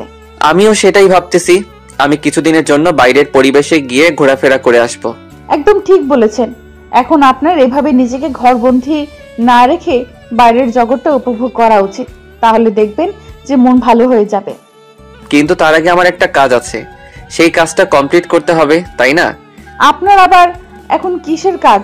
আপনি তো এখন একদম ফ্রি, আপনার তো কোনো কাজ নেই, তাহলে এখন চলে যান। এখন আমি আপনার ভালোবাসার মানুষের হাতে আপনাকে তুলে দিয়ে তারপর আপনার কাছ থেকে মুক্তি নিয়ে আমি বেরিয়ে পড়ব। আমি অনেক এক্সাইটেড। মাহিনকে কতদিন ধরে দেখি না, কালকে দেখবো, তার সাথে কথা বলবো। জানেন, আমি তাকে অনেক ভালোবাসি, অনেক, নিজের জীবনের থেকেও বেশি। তাহলে আমাকে বিয়ে না করে তার সাথে পালিয়ে গেলেও তো পারতেন, তাই না? অযথা আমার সাথে এই 1 সপ্তাহ এত অত্যাচার সহ্য করলেন কিসের জন্য? আমি নিরুপায় ছিলাম। হঠাৎ করে আম্মু এসে বলল আমার বিয়ে, আর সাথে সাথেই রুমের দরজা অফ করে দিয়ে আম্মু আমার সাথে বসেছিল, কোথাও যায়নি, আর আমার ফোনটাও নিয়ে নিয়েছিল। আমি কারোর সাথে কন্ট্যাক্ট করতে পারিনি। আমার ক্ষেত্রেও একই অবস্থা হয়েছিল। আব্বু এসেছিল বিদেশ থেকে, আর এসেই বলতেছিল আমার নাকি বিয়ে, আর এমন ভাবে চেপে রেখেছিল আমি কোথাও যাইতে পারিনি। একটু যদি সরে যেতে পারতাম তাহলে কখনোই বিয়েটা করতাম না। আমার মনের ভিতর একটা রাগ জেগেছিল যে একটা মেয়ে আমাকে ধোকা দিয়েছে, আমি অন্য একটা মেয়ের উপর এই প্রতিশোধ নিব। তার জন্য পরে নিজের উপর এক প্রকার জেদ করে বিয়েটা করেছি। সবকিছুর একটা লিমিট থাকা দরকার, কিন্তু আপনি আমার সাথে যেটা করেছেন আমি তার জন্য সত্যি মেন্টালি ভাবে প্রস্তুত ছিলাম না। আমি আবারও আপনার কাছে ক্ষমা চাচ্ছি। দরকার পড়লে আমি আপনার পায়ে পড়তেছি, তাও প্লিজ আমাকে ক্ষমা করে দিবেন, কারণ আমি সত্যি অনুতপ্ত। আমার ভাগ্যে যেটা ছিল সেটাই হয়েছে, আমি এটা আমার ভাগ্যের দোষ বলে চালিয়ে নেব, সমস্যা নেই। আপনি যদি খুশি হয়ে থাকেন আমার উপর অত্যাচার করে, তাতেই আমি খুশি। আমি সত্যি অনেক লজ্জিত। আমি এখন বুঝতে পারতেছি আসলে জীবনটা কি, আর আপনার মতো একটা মেয়ের সাথে পরিচয় হয়ে আমি এটাও বুঝতে পারতেছি সব মেয়ে একই রকম না। সেদিনের মতো তাদের খুনসুটির গল্প সেখানেই শেষ হয়ে গেল, তাদের আবেগ প্রবণতা সেখানেই শেষ হয়ে গেল। আশিক আর প্রিয়াঙ্কা একই বিছানায় শুয়ে আছে, কিন্তু মাঝখানে একটা কোলবালিশ দিয়ে। আশিক আর প্রিয়াঙ্কা গল্প করতে করতে কখন যে ঘুমিয়ে গেছিল তারা কেউই বুঝতে পারেনি। যখন তাদের ঘুম ভাঙলো তখন দেখে প্রিয়াঙ্কা আশিকের বুকের উপর শুয়ে আছে। প্রিয়াঙ্কার ঘুম ভেঙে যেতেই প্রিয়াঙ্কা তাড়াতাড়ি করে আশিকের বুক থেকে উঠে আশিকের দিকে কিছুক্ষণ তাকিয়ে রইল, তারপর বিছানা ছেড়ে নেমে উঠে চলে গেল। আজকে প্রিয়াঙ্কার কোনো অভিমান নেই আশিকের উপর, কারণ গতকাল সারা রাত তারা গল্প করেছিল প্রায় অনেকক্ষণ সময়। এখন প্রিয়াঙ্কার মনে হচ্ছে আশিক সে অনেক আগে থেকেই চিনে। এখন মাহিনের কথা একটু কম মনে পড়ছে। আজকে সকালে একদমই মাহিনের কথা মনে পড়েনি প্রিয়াঙ্কার। তারপর প্রিয়াঙ্কা ফ্রেশ হয়ে এসে দেখে আশিক এখনো ঘুমিয়ে আছে, তাই প্রিয়াঙ্কা নামাজে দাঁড়িয়ে গেল। নামাজ পড়ে তারপর আশিকের কাছে চলে আসলো। প্রিয়াঙ্কার লজ্জা লাগছে, এখন আশিককে ডাকবে কিভাবে, ডাকবে কি ডাকবে না সেটাই ভাবছে। যদি এখন ডাকে আর আশিক সব ভুলে গিয়ে এখন আবার প্রিয়াঙ্কার সাথে খারাপ ব্যবহার শুরু করে দেয়, এটার ভয় পাচ্ছে প্রিয়াঙ্কা। কিন্তু মনে তার একটু সাহস হলো কালকে রাতে যেহেতু ভালো ব্যবহার করেছে, তার মানে এখন আশিক একটু মেন্টালি ভাবে ঠিক আছে। এই সাহস নিয়ে প্রিয়াঙ্কা আশিককে ডাকা শুরু করে দিল। আর কিছুক্ষণ ডাকার পর আশিকের ঘুমও ভেঙে গেল। কি হয়েছে? এত সকালে কেউ কাউকে ডাকাডাকি করে? আমার তো এখনো ঘুম হয়নি ভালো করে। কি বলেছেন এসব? বাজে কয়টা জানেন? 10টা বাজে, আর আপনি এখন বলতেছেন যে আপনাকে ডাকা যাবে না? এটা কোনো কথা? আমি আর কিছুক্ষণ ঘুমাবো, এখন উঠতে পারবো না। আপনি গিয়ে আপনার কাজ করেন, আমাকে ঘুমাতে দেন। আমি আর কোনো কথা শুনতে চাচ্ছি না, এখন আপনি উঠে পড়বেন। আমি এটা জানি, যদি এখন না ওঠেন তাহলে এই ঠান্ডাতে কিন্তু আপনাকে আমি পানি ঢেলে দেব। দেখেন, ভুল করেও এরকম কোনো কিছু করবেন না। আমাকে আর 1 ঘন্টা ঘুমাতে দেন, তারপর আমাকে ডেকে তুলিয়েন যান, সমস্যা নেই, কিন্তু এখন প্লিজ আমাকে ডিস্টার্ব করবেন না। দেখেন, আমিও বেশি কথা বলতে পারবো না, এখন আপনি উঠে পড়বেন। আমি এটাই জানি, যদি এখন না ওঠেন তাহলে কিন্তু সমস্যা হয়ে দাঁড়াবে, বলে দিলাম। এত প্যারা দেন কিসের জন্য বুঝতেছি না। আচ্ছা, উঠে পড়তেছি। এখন আর কোনো কথা বলবেন না, আপনি বাইরে যান, আমি উঠে যাচ্ছি। যতক্ষণ না আপনি বাথরুম থেকে ফ্রেশ হয়ে বেরিয়ে আসতেছেন ততক্ষণ আমি আপনাকে ডিস্টার্ব করতেই থাকবো। আচ্ছা, আমি যাচ্ছি, আপনি তাড়াতাড়ি রেডি হয়ে নেন, এখন বেরিয়ে পড়বো, আর কোনো কিছু দেখবো না। তাড়াতাড়ি আপনার ভালোবাসার মানুষকে খুঁজে বের করতে হবে, তারপর আপনাকে সেখানে হস্তান্তর করে দিয়ে আমি চলে যাব। এত তাড়াহুড়ো করার কিছু নেই, আমরা এখন বাইরে যাচ্ছি না, দুপুরের পর যাব। এখন গেলে তাকে আমি কোথাও খুঁজে পাবো না। আর এত সমস্যা করতেছেন কিসের জন্য? বসে আছি না, আমরা সোজা তার বাসা যাব, আর আপনাকে আমি তার বাসায় রেখে আসবো। আমিও তো যেতে চাচ্ছি, কিন্তু বাসা থেকে এত সকালে বের হতে দিবে না, আমি সেটা ভালো করে জানি, তাই বললাম দুপুরের পর বের হতে পারবো। সেটা নিয়ে আপনাকে টেনশন করতে হবে না, সেটা আমি দেখে নেব বাসা থেকে বের হতে দেয় কিনা। আপনি তাড়াতাড়ি রেডি হয়ে নেন, সেটাই বড় কথা। আচ্ছা, আমি তাড়াতাড়ি রেডি হয়ে নিচ্ছি, তাড়াতাড়ি আপনি ফ্রেশ হয়ে নেন, আর আপনার বের হতে তো অনেক সময় লাগে। আমি যখন কোনো কাজ নিয়ে ব্যস্ত থাকি তখন ফ্রেশ হতে আমার সর্বোচ্চ 2 মিনিট লাগে। আপনি 2 মিনিট সময় দেন, আর 2 মিনিটের ভিতরে আপনি তাড়াতাড়ি রেডি হয়ে নেন। আচ্ছা, দেখা যাবে। এখন কথা না বলে বিছানা থেকে উঠে আগে বাথরুমে চলে যান, তারপর দেখতেছি 2 মিনিট লাগে না 10 মিনিট লাগে। আরে আপনি সবসময় বেশি কথা বলেন, বলতেছি না আমার সাথে কথা না বলে আপনি রেডি হতে চলে যান, আর আপনার রেডি হতে অনেক সময় লাগে, সেটা তো আমি জানি, তাই না? আপনি যে একটা ঝগড়ুটে মানুষ এটা আজকে বুঝতে পারলাম। আপনি এত ঝগড়া করতে পারেন, আমি নিজেই হাঁপিয়ে যাই আপনার সাথে ঝগড়া করতে করতে। তাহলে আমার সাথে কথা না বলে তাড়াতাড়ি রেডি হয়ে নেন, সেটাই ভালো হবে। আমার সাথে এত কথা বলার কি আছে শুনি? অনেক হয়েছে, আমি আর আপনার সাথে একটা কথাও বলতেছি না। আপনি এখন তাড়াতাড়ি উঠে চলে যান বাথরুমে। আচ্ছা, আমি যাচ্ছি, আপনিও চলে যান, তাহলে ভালো হবে। এত কথা না বলে এতক্ষণ আমরা দুজনেই রেডি হতে পারতাম, বুঝতে পারছেন? আচ্ছা, আমি আর একটা কথাও আপনার সাথে বলতেছি না আপনাকে, আমি শুধু 5 মিনিট সময় দিচ্ছি, 5 মিনিটের ভেতর রেডি হয়ে আসবেন। আমি তো আজকের পর থেকে আর আপনার সামনে আসবো না। কেন এই কথা বলছেন কেন? তাতে কি আমাদের দেখা হবে না? আমরা তো এখন বন্ধু হয়ে থাকতে পারি, তাই না? এখন আমি নিজেকে সময় দিব। কাউকে সময় দেওয়ার মতো এখন আমার কাছে সময় নেই। দেখা হবে সেটা ঠিক আছে, কিন্তু কোনো কিন্তু নেই। আমাদের মাসে কমপক্ষে 3 থেকে 4 বার দেখা হতে হবে বন্ধুত্ব রাখতে গেলে। আচ্ছা ঠিক আছে, আমি চেষ্টা করব, তারপর দেখা যাক কি হয় না হয়। আচ্ছা, আমি এখন কি মাহিনকে ফোন করব নাকি সোজা তাকে সারপ্রাইজ করব, কোনটা? এখন ফোন দিলে বলবে চলেই তো এসেছি, আর কিছুক্ষণ অপেক্ষা করুন, তারপর তো সরাসরি কথা বলবেন, তাই না? জানেন, আমি কখনো কল্পনাও করতে পারিনি যে আপনি এত সহজে আমাকে আমার ভালোবাসার কাছে ফিরিয়ে দেবেন। আল্লাহ তাআলা হেদায়েত দিয়েছে, তাই হয়তো আমি আপনাকে ফিরিয়ে দিচ্ছি। যদি হেদায়েত না করতো তাহলে কখনোই হতে দিতাম না। আচ্ছা, তাহলে আমরা এসব কথা আর না বলি, এখন চলেন সেখানে পৌঁছাই আগে। তারপর আশিক আর প্রিয়াঙ্কার সাথে কোনো কথা না বলে সোজা সেই গন্তব্যের উদ্দেশ্যে দুজনে চুপি চুপি যেতে লাগলো। আশিকের মনের ভেতর তা একদম তুফান উঠেছে। সে কি একটা ভুল করলো? এত ভালো মনের মানুষ একটা পেয়েছিল, তাও আবার তাকে বিয়ে করেছিল, কিন্তু তাকে কাছে ধরে রাখতে পারলো না। সেটা তো তার ব্যর্থতা। যাকে সে মন প্রাণ দিয়ে ভালোবাসলো, সে তার সম্পত্তি লুটে নিয়ে তাকে নিঃস্ব করে দিয়ে চলে গেল। কিন্তু যাকে সে এক ফোঁটাও ভালোবাসলো না, এখন তার জন্য তাকে কান্না করতে হচ্ছে। আশিক কখনো ভাবেনি যে তার জীবনে আবার প্রেম আসবে, আবার সে অন্য একজনকে ভালোবাসবে, আবার সে কারো মায়ায় পড়ে যাবে। কিন্তু আশিক আজকে বাস্তবতার কাছে হেরে গিয়েছে। সে আবারও প্রেমে পড়েছে, আবারও সে একজনকে নিয়ে চিন্তা করা শুরু করে দিয়েছে। আশিক সবসময় মনে করত সে আর কখনো কাউকে ভালোবাসবে না, কখনো কোনো মেয়ের প্রতি তার ভালোবাসা জাগ্রত হবে না, কোনো মেয়েকে দেখে সে দুর্বল হবে না। কিন্তু তার সেই প্রতিজ্ঞা আজকে ভুল প্রমাণিত হলো। আবার কারণ কষ্ট হচ্ছে আশিকের প্রিয়াঙ্কাকে বিদায় দিতে, কিন্তু আশিকের এখানে কোনো কিছুই করার নেই, কারণ প্রিয়াঙ্কাকে বিদায় দিতেই হবে। অন্যের ভালোবাসাকে সে নিজের কখনোই রাখতে পারবে না, কারণ সে বুঝে ভালোবাসার মর্মটা কি। আশিক যে ভালোবাসা হারিয়ে আজকে নিঃস্ব। এই তো সামনে দেখা যাচ্ছে ওইখানে মানে মাহিন আছে, কারণ মাহিন প্রতিদিন এই জায়গায় এই সময়ে আড্ডা দেয়, আর ফ্রেন্ডের সাথে আমার মনে হচ্ছে মাহিন এখানে আছে। তাহলে আপনি যান, আমি এখান থেকে চলে যাচ্ছি। আমাকে তো আর এখানে থাকার দরকার নেই, আমি তাহলে চলে যাই। আপনি তার সাথে কথা বলেন, সবকিছু ঠিকঠাক করেন। মাহিন যদি আমাকে দেখতে পায় তাহলে তো তার একটু রাগ হবে বা অভিমান বেশি হবে। একদম টেনশন করবেন না, মাহিন কখনো এরকম ছেলে না, সে তো আপনাকে চেনে না। আমি তো আর বলবো না যে আপনার সাথে আমার বিয়ে হয়ে গিয়েছিল। তাহলে আমি এখানে কি করব? আমার তো কোনো কাজ নেই, আমি এখানে থেকে কি করব? আমি চলে যাচ্ছি, আপনারা সবকিছু ঠিকঠাক করে নেন।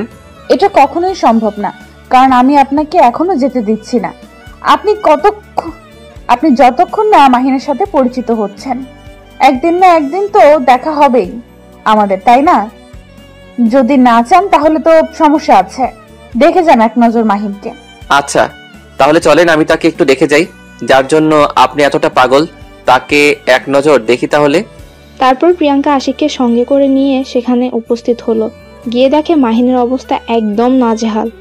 মাহিনকে চেনাই যাচ্ছে না, তার চেহারা একদম পরিবর্তন হয়ে গেছে।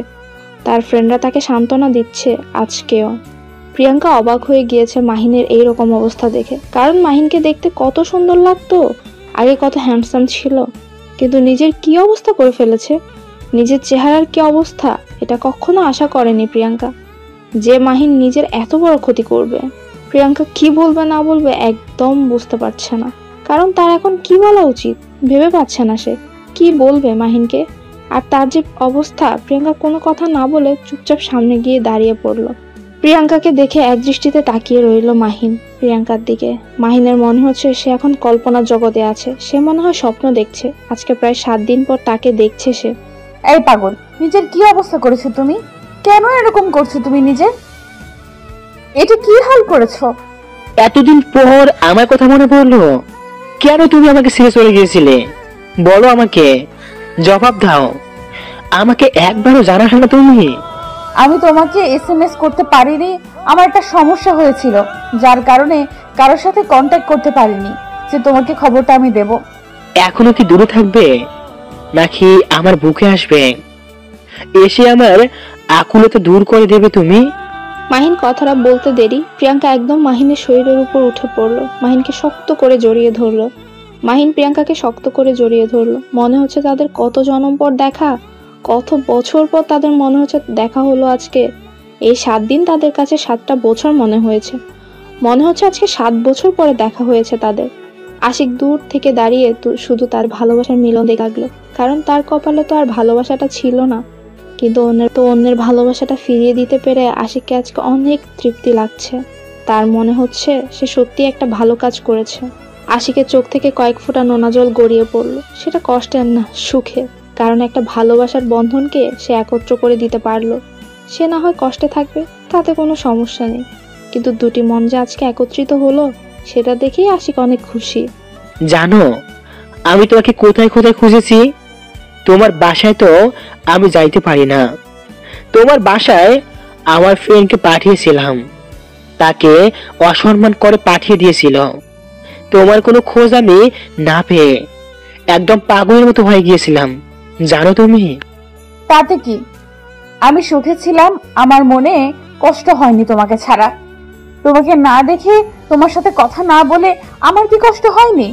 আরে পাগলি, সেটা তো আমি ভালো করে জানি, কিন্তু তোমার যে বিয়ে হয়ে গিয়েছে, তুমি তো সেই কথাটা আমাকে একবারও বললে না। আমি তো বলবো, তোমাকে সব কিছু খুলে বলবো। চলো আমার সাথে, তোমার সাথে আমার অনেক কথা আছে। তুমি আমার সাথে যাবে না? আমি একটু আসি রে, তোরা এখানে বসে থাক, কিছু কথা বলে তারপর আসতেছি। একটু পরে তোদের সাথে আড্ডা দিব আজকে। একটু কথা বলো, চলে আসবে মানে আমি তোমার কাছে চলে এসেছি একদম। তুমি আমাকে কি ফিরিয়ে দিতে চাচ্ছ নাকি? আরে পাগলি, সেরকম কিছু না, চলো আমার সাথে, সব কিছু বুঝতে পারবে। আমার সাথে আসো না। কেন? আসো। আর তোমার জামাই কই? তাকে তো দেখতে পারতেছি না, একা এসেছো নাকি? তুমি আমার সাথে এরকম করে কথা বলতেছো কিসের জন্য বুঝতেছি না তো। ভালো করে কথা বলো, কি আবল তাবল কথা বলতেছো? আমি তোমার কাছে এসেছি। আচ্ছা চলো, তোমার জামাইকে ডাকবে। আমি জানি তোমার জামাই তোমার সঙ্গে এসেছে, তুমি কখনোই একা আসতে পারো না এখানে। তুমি কি এখন এখান থেকে যাবে আমার সাথে, নাকি এখানে বসে থেকে আমার সাথে তর্ক করবে? আরে পাগলি, এত রাগ দেখাও কি জন্য? যাচ্ছি তো, দেখতেই তো পাইতেছ তোমার জামাই কোথায়, তাকে তো দেখতেছি না। ডাক দাও তো, ডাকো না। তুমি আমার সাথে আসো, সেখানে যেখানে থাকবে সেখান থেকে এখন চলে আসবে। তুমি আমার সাথে আসতেছো না কিসের জন্য, নাকি এখানে বসে থেকে তাকে ডাকতে বলতেছো? আমি তোমাকে ডাকতে বলেছি, তুমি ডাকবে। এত কথা বল কিসের জন্য? তোমার তো দেখতেছি অন্যরকম মনোভাব, ব্যাপার কি? তারপর প্রিয়াঙ্কা এক প্রকার বাধ্য হয়ে আশিককে সেখান থেকে ডেকে নিয়ে আসলো, কারণ মাহিন অন্যরকম ভাবে কথা বলছে তার জন্য। প্রিয়াঙ্কা আশিককে সেখানে নিয়ে আসলো, আর মাহিন আশিককে দেখে দাঁড়িয়ে গেল, আর আশিকের সামনে এসে দাঁড়িয়ে পড়লো। প্রিয়াঙ্কা মাহিনের হাত ধরে মাহিনের পাশে দাঁড়িয়ে আছে। শেষ পর্যন্ত আমার ভালোবাসা আমার কাছে চলে আসলো। তোকে আমি আগেই বলেছিলাম তুই আমার ভালোবাসার কোনো ক্ষতি করতে পারবি না। ঠিক বলেছিস, তোর ভালোবাসার মানুষটা সত্যি অনেক সুন্দর আর অনেক ভালো মনের মানুষ একজন। আমি স্বীকার করতেছি সে তোর জন্য পারফেক্ট না। তুই কি জানিস তোকে আমি কি বলেছিলাম? যে তুই কখনোই আমার সাথে পাঙ্গা নিতে পারবি না। আমি তোমাদের কথাবার্তার কিছুই বুঝতেছি না, এখানে কি চলতেছে? আর তোমরা কি একে অপরকে আগে থেকেই চেনো? হ্যাঁ, আমরা একে অপরকে খুব ভালো করে চিনি, অনেক ভালো। তুমি যেটা চেনো না মাহিনকে, তার থেকে আমি মাহিনকে বেশি চিনি। কি বলতেছে এসব? আমি বুঝতেছি না। আর আমাকে আগে কেন বলা হয়নি? মাহিন হচ্ছে 1 নম্বর একটা বদমাইশ পোলা, আমাদের ফ্রেন্ড সার্কেলের মধ্যে অন্যতম একটা ছেলে সে।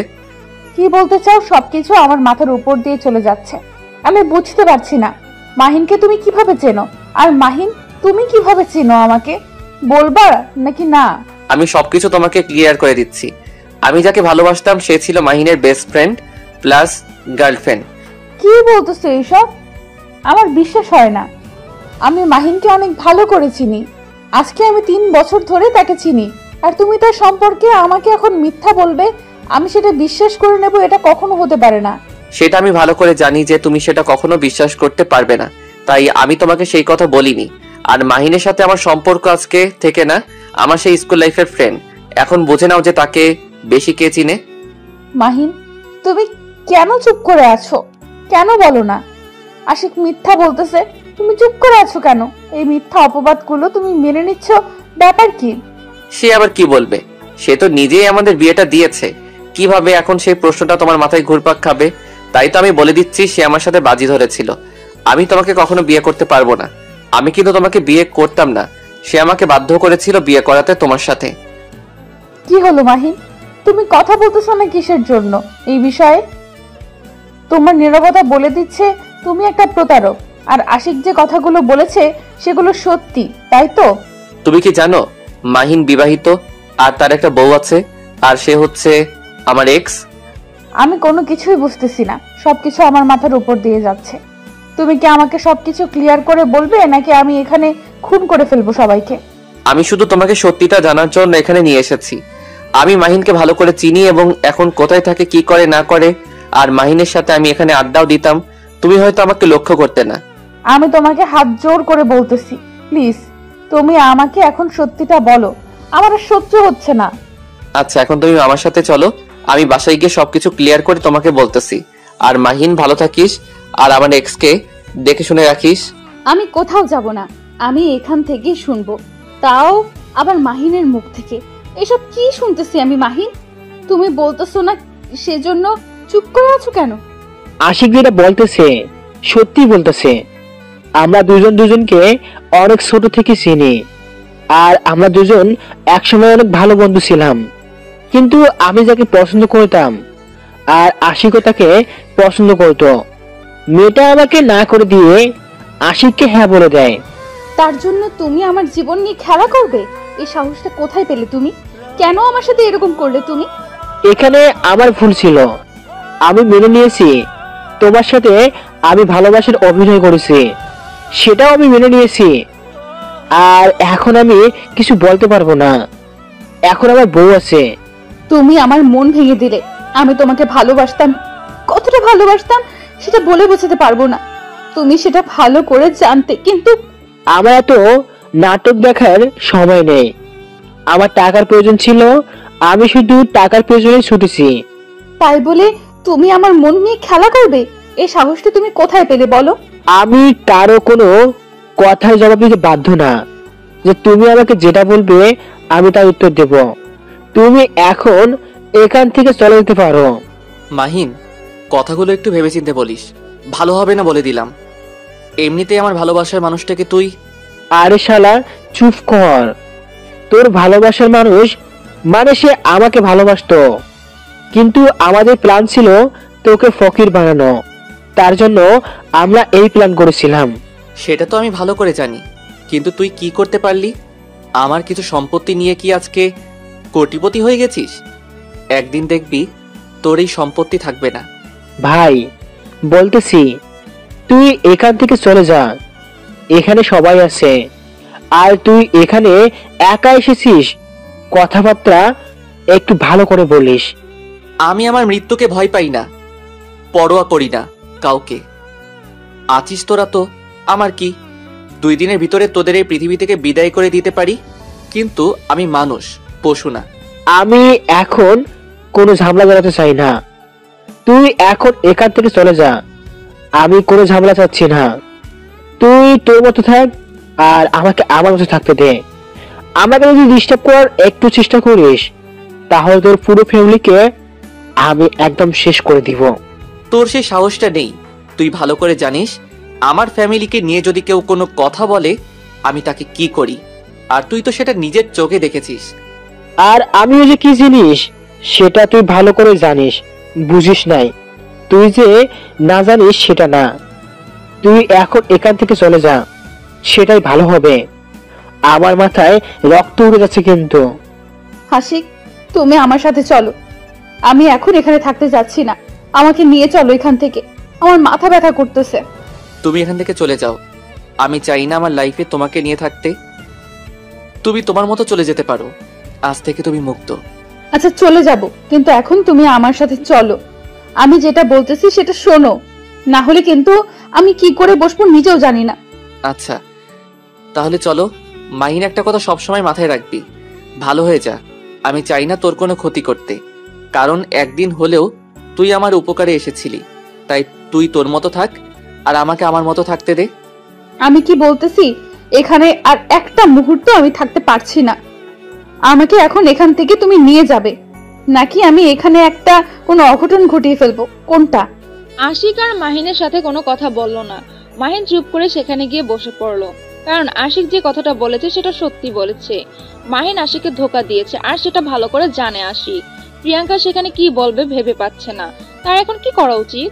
একবার সে আশিকের দিকে তাকিয়ে আছে, আর একবার মাহিনের দিকে তাকিয়ে আছে অভিমানী দৃষ্টিতে। প্রিয়াঙ্কার এখন ইচ্ছে করতেছে মাহিনকে কষে কয়েকটা থাপ্পড় মারতে, কিন্তু সে তা করতে পারবে না, কারণ সে তাকে নিজের থেকেও বেশি ভালোবাসে। কখনোই তার সাথে এরকম করতে পারবে না। মাহিন না হয় তাকে ধোকা দিয়েছে, তাতে কি হয়েছে? সে তো তাকে অনেক অনেক ভালোবাসতো।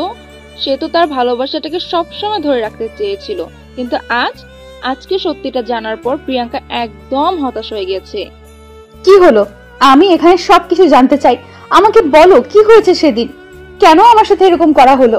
তুমি আমার সাথে চলো, এখন বাসায় যাব, পরে সবকিছু তোমাকে জানিয়ে দেব কি কি হয়েছে।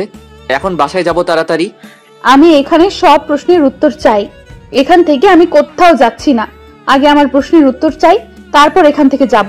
বোঝার চেষ্টা করো, আমার রাগ তোলাবে না। রাগ তোলালে কিন্তু আমি আর মানুষ থাকবো না, তখন কি করব নিজেও জানি না। রাগ শুধু আপনার একার নাকি আমারও রাগ আছে? আমারও রাগ আছে, আমিও সবকিছু করতে পারি। আমি সেটা ভালো করেই জানি, কিন্তু এখানে আর কোনো কথা বলতে চাচ্ছি না। আমি বাসায় যাব, আর যদি তুমি না যাও এখানে থাকতে পারো, সমস্যা নেই, আমি চলে যাচ্ছি। আপনাকে আমি কি বাধা দিয়েছি? আপনি চলে যেতে পারেন না। আমি তো আপনাকে ধরে রাখিনি। আপনি এখানে আছেন কিসের জন্য? এখান থেকে চলে যান। দেখো মাহিন, একটা প্রতারক আমি, তোমাকে সবকিছু বলে দিব। তুমি আমার সাথে আসো, প্রমাণ সহ সবকিছু দেখিয়ে দিব। এখানে থাকলে তাহলে প্রমাণটা দেখাতে পারবো না। আমি কোথাও যাচ্ছি না। আমি এখন কারোর কথা শুনতে চাচ্ছি না। আমার এই জীবনের কোনো মূল্য নেই। না আছে আমার পরিবারের কাছে আমার মূল্য, না আছে আমার স্বামীর কাছে, না আছে এখন ভালোবাসার মানুষের কাছে। তাহলে আমার এই জীবন রেখে লাভ কি? এবার কিন্তু বেশি বেশি হয়ে যাচ্ছে। সত্যি সত্যি থাপ্পড় মেরে অজ্ঞান করে ফেলবো আবার। প্রিয়াঙ্কা আশিকের রাগ দেখে একদম চুপ করে গেল, কোনো কিছু বলতে পারলো না, কারণ আশিকের চোখ একদম লাল বর্ণ ধারণ করেছে। আর এখানে যদি প্রিয়াঙ্কা একবার কথা বলে তাহলে সত্যি সত্যি আশিকের হাতে তাকে মার খেতে হবে। এটার কোনো ভুল নেই। আশিক এসে প্রিয়াঙ্কাকে কোলে তুলে নিল সবার সামনে, আর সেটা দেখে প্রিয়াঙ্কা অবাক হয়ে গেল। আর আশিকের বুকে যত পরে কিল ঘুষি মারা শুরু করে দিল। আশিক সেদিকে কোনো পাত্তা না দিয়ে প্রিয়াঙ্কাকে নিয়ে গাড়িতে উঠিয়ে নিল ও তারপর বাসার উদ্দেশ্যে রওনা দিল। রাস্তায় চুপচাপ, কেউ কোনো কথা বলছে না। আশিক সোজা নিজের বাসায় নিয়ে আসলো প্রিয়াঙ্কাকে। আমাকে নিজের বাসায় রেখে আসেন, আমি আমার বাসায় চলে যাব। এখানে আর আমি এক মুহূর্তও থাকবো না, যেখানে আমার কোনো মূল্য নেই। সেটা পরে দেখা যাবে, এখন এখানে চুপ করে থাকো আর একটা কথা বলবে না। যদি বেশি রকম কথা বলেছো তাহলে কিন্তু মেরে ফেলবো একদম। তাহলে আমাকে মেরে ফেলেন। এভাবে বাঁচিয়ে রাখছেন কিসের জন্য এখনো? আমি তো মরতে চাই। এখন কি চুপ করে থাকবে, নাকি আমার হাতে কিছুক্ষণ মাইর খাবে তারপর চুপ হয়ে যাবে, নাকি নিজে চুপ হবে, কোনটা? আমি কোনো কিছুই চাই না। আমি শুধু এই পৃথিবীর বুক থেকে মুক্তি চাচ্ছি। আমি আর এই পৃথিবীতে বেঁচে থাকতে চাই না। তোমাকে থাকতেই হবে, তোমাকে এই পৃথিবীতে থাকতেই হবে। আমার কোনো প্রয়োজন নেই। আর এই পৃথিবীতে আমি কার জন্য বেঁচে থাকবো? আমার তো কেউ নেই, তাহলে আমি কেন বেঁচে থাকবো? আমার বেঁচে থাকার কোনো উদ্দেশ্য নেই। বলতেছি না তোমাকে বেঁচে থাকতেই হবে, তোমাকে এই পৃথিবীতে বেঁচে থাকতেই হবে, আমি বলছি। আমি থাকবো না, আমি মরে যেতে চাই। আমার এই পৃথিবীতে কোনো প্রয়োজন নাই। আমি থাকতে চাই না পৃথিবীতে। তোমার প্রয়োজন না থাকতে পারে, কিন্তু আমার তো প্রয়োজন আছে। তোমাকে আমার জন্য হলেও তোমাকে থাকতে হবে এই পৃথিবীতে। যদি ভুলক্রমে কোনো ক্ষতি করার চেষ্টা করেছো নিজের, তাহলে কিন্তু তোমাকে। থেমে গেলেন কিসের জন্য বলেন? আমাকে মেরে ফেলবেন তাই তো? আমি তো মরতে চাচ্ছি, মেরে ফেলেন। আমি আমার নিজের ক্ষতি করব নাকি করব না সেটা আমার ব্যাপার। বলছি না চুপ থাকতে, তারপর এত কথা বলতেছো কিসের জন্য? বলতেছি না বারবার চুপ করে থাকো, চুপ করে থাকো। না, আজকে আমি চুপ করে থাকবো না। আজকে আমার বলার দিন। আমি আর এই পৃথিবীতে থাকবো না। আপনাকে আরো কিছু বলবো। আজকে লাস্ট কথা আপনার সাথে আমার। আশিক আর নিজেকে কন্ট্রোল করতে পারলো না, রাগে ফেটে যাচ্ছে। নিজের রাগ কন্ট্রোল করার জন্য প্রিয়াঙ্কাকে বিছানার উপর ফেলে দিল, দিয়ে প্রিয়াঙ্কার উপর আশিক উঠে পড়লো। প্রিয়াঙ্কা নড়াচড়া করতেছে, আশিকের সাথে ধস্তাধস্তি করতেছে প্রিয়াঙ্কা আজকে প্রথম। কিন্তু প্রিয়াঙ্কার শক্তি ব্যর্থ আশিকের কাছে। আর প্রিয়াঙ্কা উঠতে পারে না। শেষ পর্যন্ত প্রিয়াঙ্কা হার মেনে নিল। আর সেই সুযোগে আশিক তার ঠোঁট দুটো দিয়ে প্রিয়াঙ্কার ঠোঁট দুটো নিজের আয়ত্তে নিয়ে নিল। প্রিয়াঙ্কা শুধু শব্দ ছাড়া আর কোনো শব্দ করতে পারছে না। প্রিয়াঙ্কা যতই নজর করতেছে আশিক প্রিয়াঙ্কার ঠোঁটে নিজের ঠোঁট দুটো ততই শক্ত করে বসিয়ে দিচ্ছে। শেষ পর্যন্ত প্রিয়াঙ্কা আশিকের ভালোবাসার কাছে নিজেকে সমর্পণ করে দিল। আর প্রিয়াঙ্কা কোনো শক্তি দেখাতে পারছে না আশিককে। কোনো এক অজানা মায়ার টানে আশিকের সাথে খারাপ ব্যবহার করতে পারছে না প্রিয়াঙ্কা। এটা যে একটা বৈধ ভালোবাসা, স্বামী স্ত্রীর ভালোবাসা, এটাতে যতই রাগ অভিমান থাকুক না কেন, একটু ভালোবাসা পেলেই দুজনের আবারও ঠিক হয়ে যায়। এখন তো প্রিয়াঙ্কার মনে মাহিনের জন্য শুধু ঘৃণা আর ঘৃণা, এছাড়া আর কিছুই নেই। আর আশিকের উপর যে ঘৃণাটা ছিল, কিন্তু আজ প্রিয়াঙ্কার মনে ঘৃণার পরিমাণটা কমে যাচ্ছে আর ভালোবাসার পরিমাণটা বেড়ে যাচ্ছে। শেষ পর্যন্ত দুজনের গভীর ভালোবাসা তলিয়ে গেল। দুজন অতল ভালোবাসার সাগরে তলিয়ে যাচ্ছে। আজকে আশিককে কোনো বাধা দিচ্ছে না প্রিয়াঙ্কা। প্রিয়াঙ্কা অনেক উৎসাহের সহিত আশিকের সাথে ভালোবাসার বন্ধনে আবদ্ধ হয়ে যাচ্ছে। আজকের পর থেকে যদি আমাকে একটু কষ্ট দিয়েছো তুমি, তাহলে সেই দিন আমার মরা মুখ দেখবে। সত্যি তুমি আমার জীবনে এসে আমার জীবনটাকে একদম পাল্টে দিয়েছো। আমি তোমাকে কি বলে যে ধন্যবাদ দেব বুঝতে পারতেছি না। থাক, তোমার ধন্যবাদ তোমার কাছে রাখো, আমার কাছে দিতে হবে না। তুমি শুধু আমাকে কষ্ট দেবে না, এটাই হলো সব থেকে বড় কথা। যদি কষ্ট দিয়েছো তাহলে সেদিন বলেই তো দিলাম। আমার দেহে যতদিন প্রাণ আছে আমি তোমাকে হাসি খুশি রাখবো, কথা দিচ্ছি। তোমাকে কখনো কষ্ট দেব না। কথাটা মাথায় রেখো। হ্যাঁ, এখন চলো দুজনে গিয়ে গোসল করব, আর তুমি আমাকে আজকে গোসল করিয়ে দিবা। পারবো না, আমি তোমাকে গোসল করিয়ে দিব। কিভাবে? আমার লজ্জা করে, তুমি যাও। থাক, আর আমার লজ্জাবতী স্বামী, তোমাকে লজ্জা পেতে হবে না। যেটা বলেছি সেটাই করো, না হলে কিন্তু ভালো হবে না বলে দিলাম। কি যে বলো না, সত্যি আমার তো একটু লজ্জা বেশি, কিন্তু মাঝে কয়েকদিন ইগো নিয়ে চলছিলাম তো তাই। তোমার কাহিনী তুমি বন্ধ করো। এখন যাবে কিনা সেটা বলো, না গেলে কিন্তু পানি এনে তোমাকে এখানে ভিজিয়ে রাখবো সারাটা রাত। তারপর আশিক আর কি বা করতে পারে এই ব্যাপার নিয়ে প্রিয়াঙ্কার সাথে। প্রিয়াঙ্কাকে যেহেতু মন থেকে ভালোবেসে ফেলেছে, তাই ভালোবাসার মানুষের কথা তো রাখতেই হবে। বাধ্য হয়ে প্রিয়াঙ্কার সাথে আশিক বাথরুমে চলে আসলো। আবার প্রিয়াঙ্কাকে গোসল করিয়ে দিতে লাগলো। তাদের ভালোবাসা পরিপূর্ণতা পেল।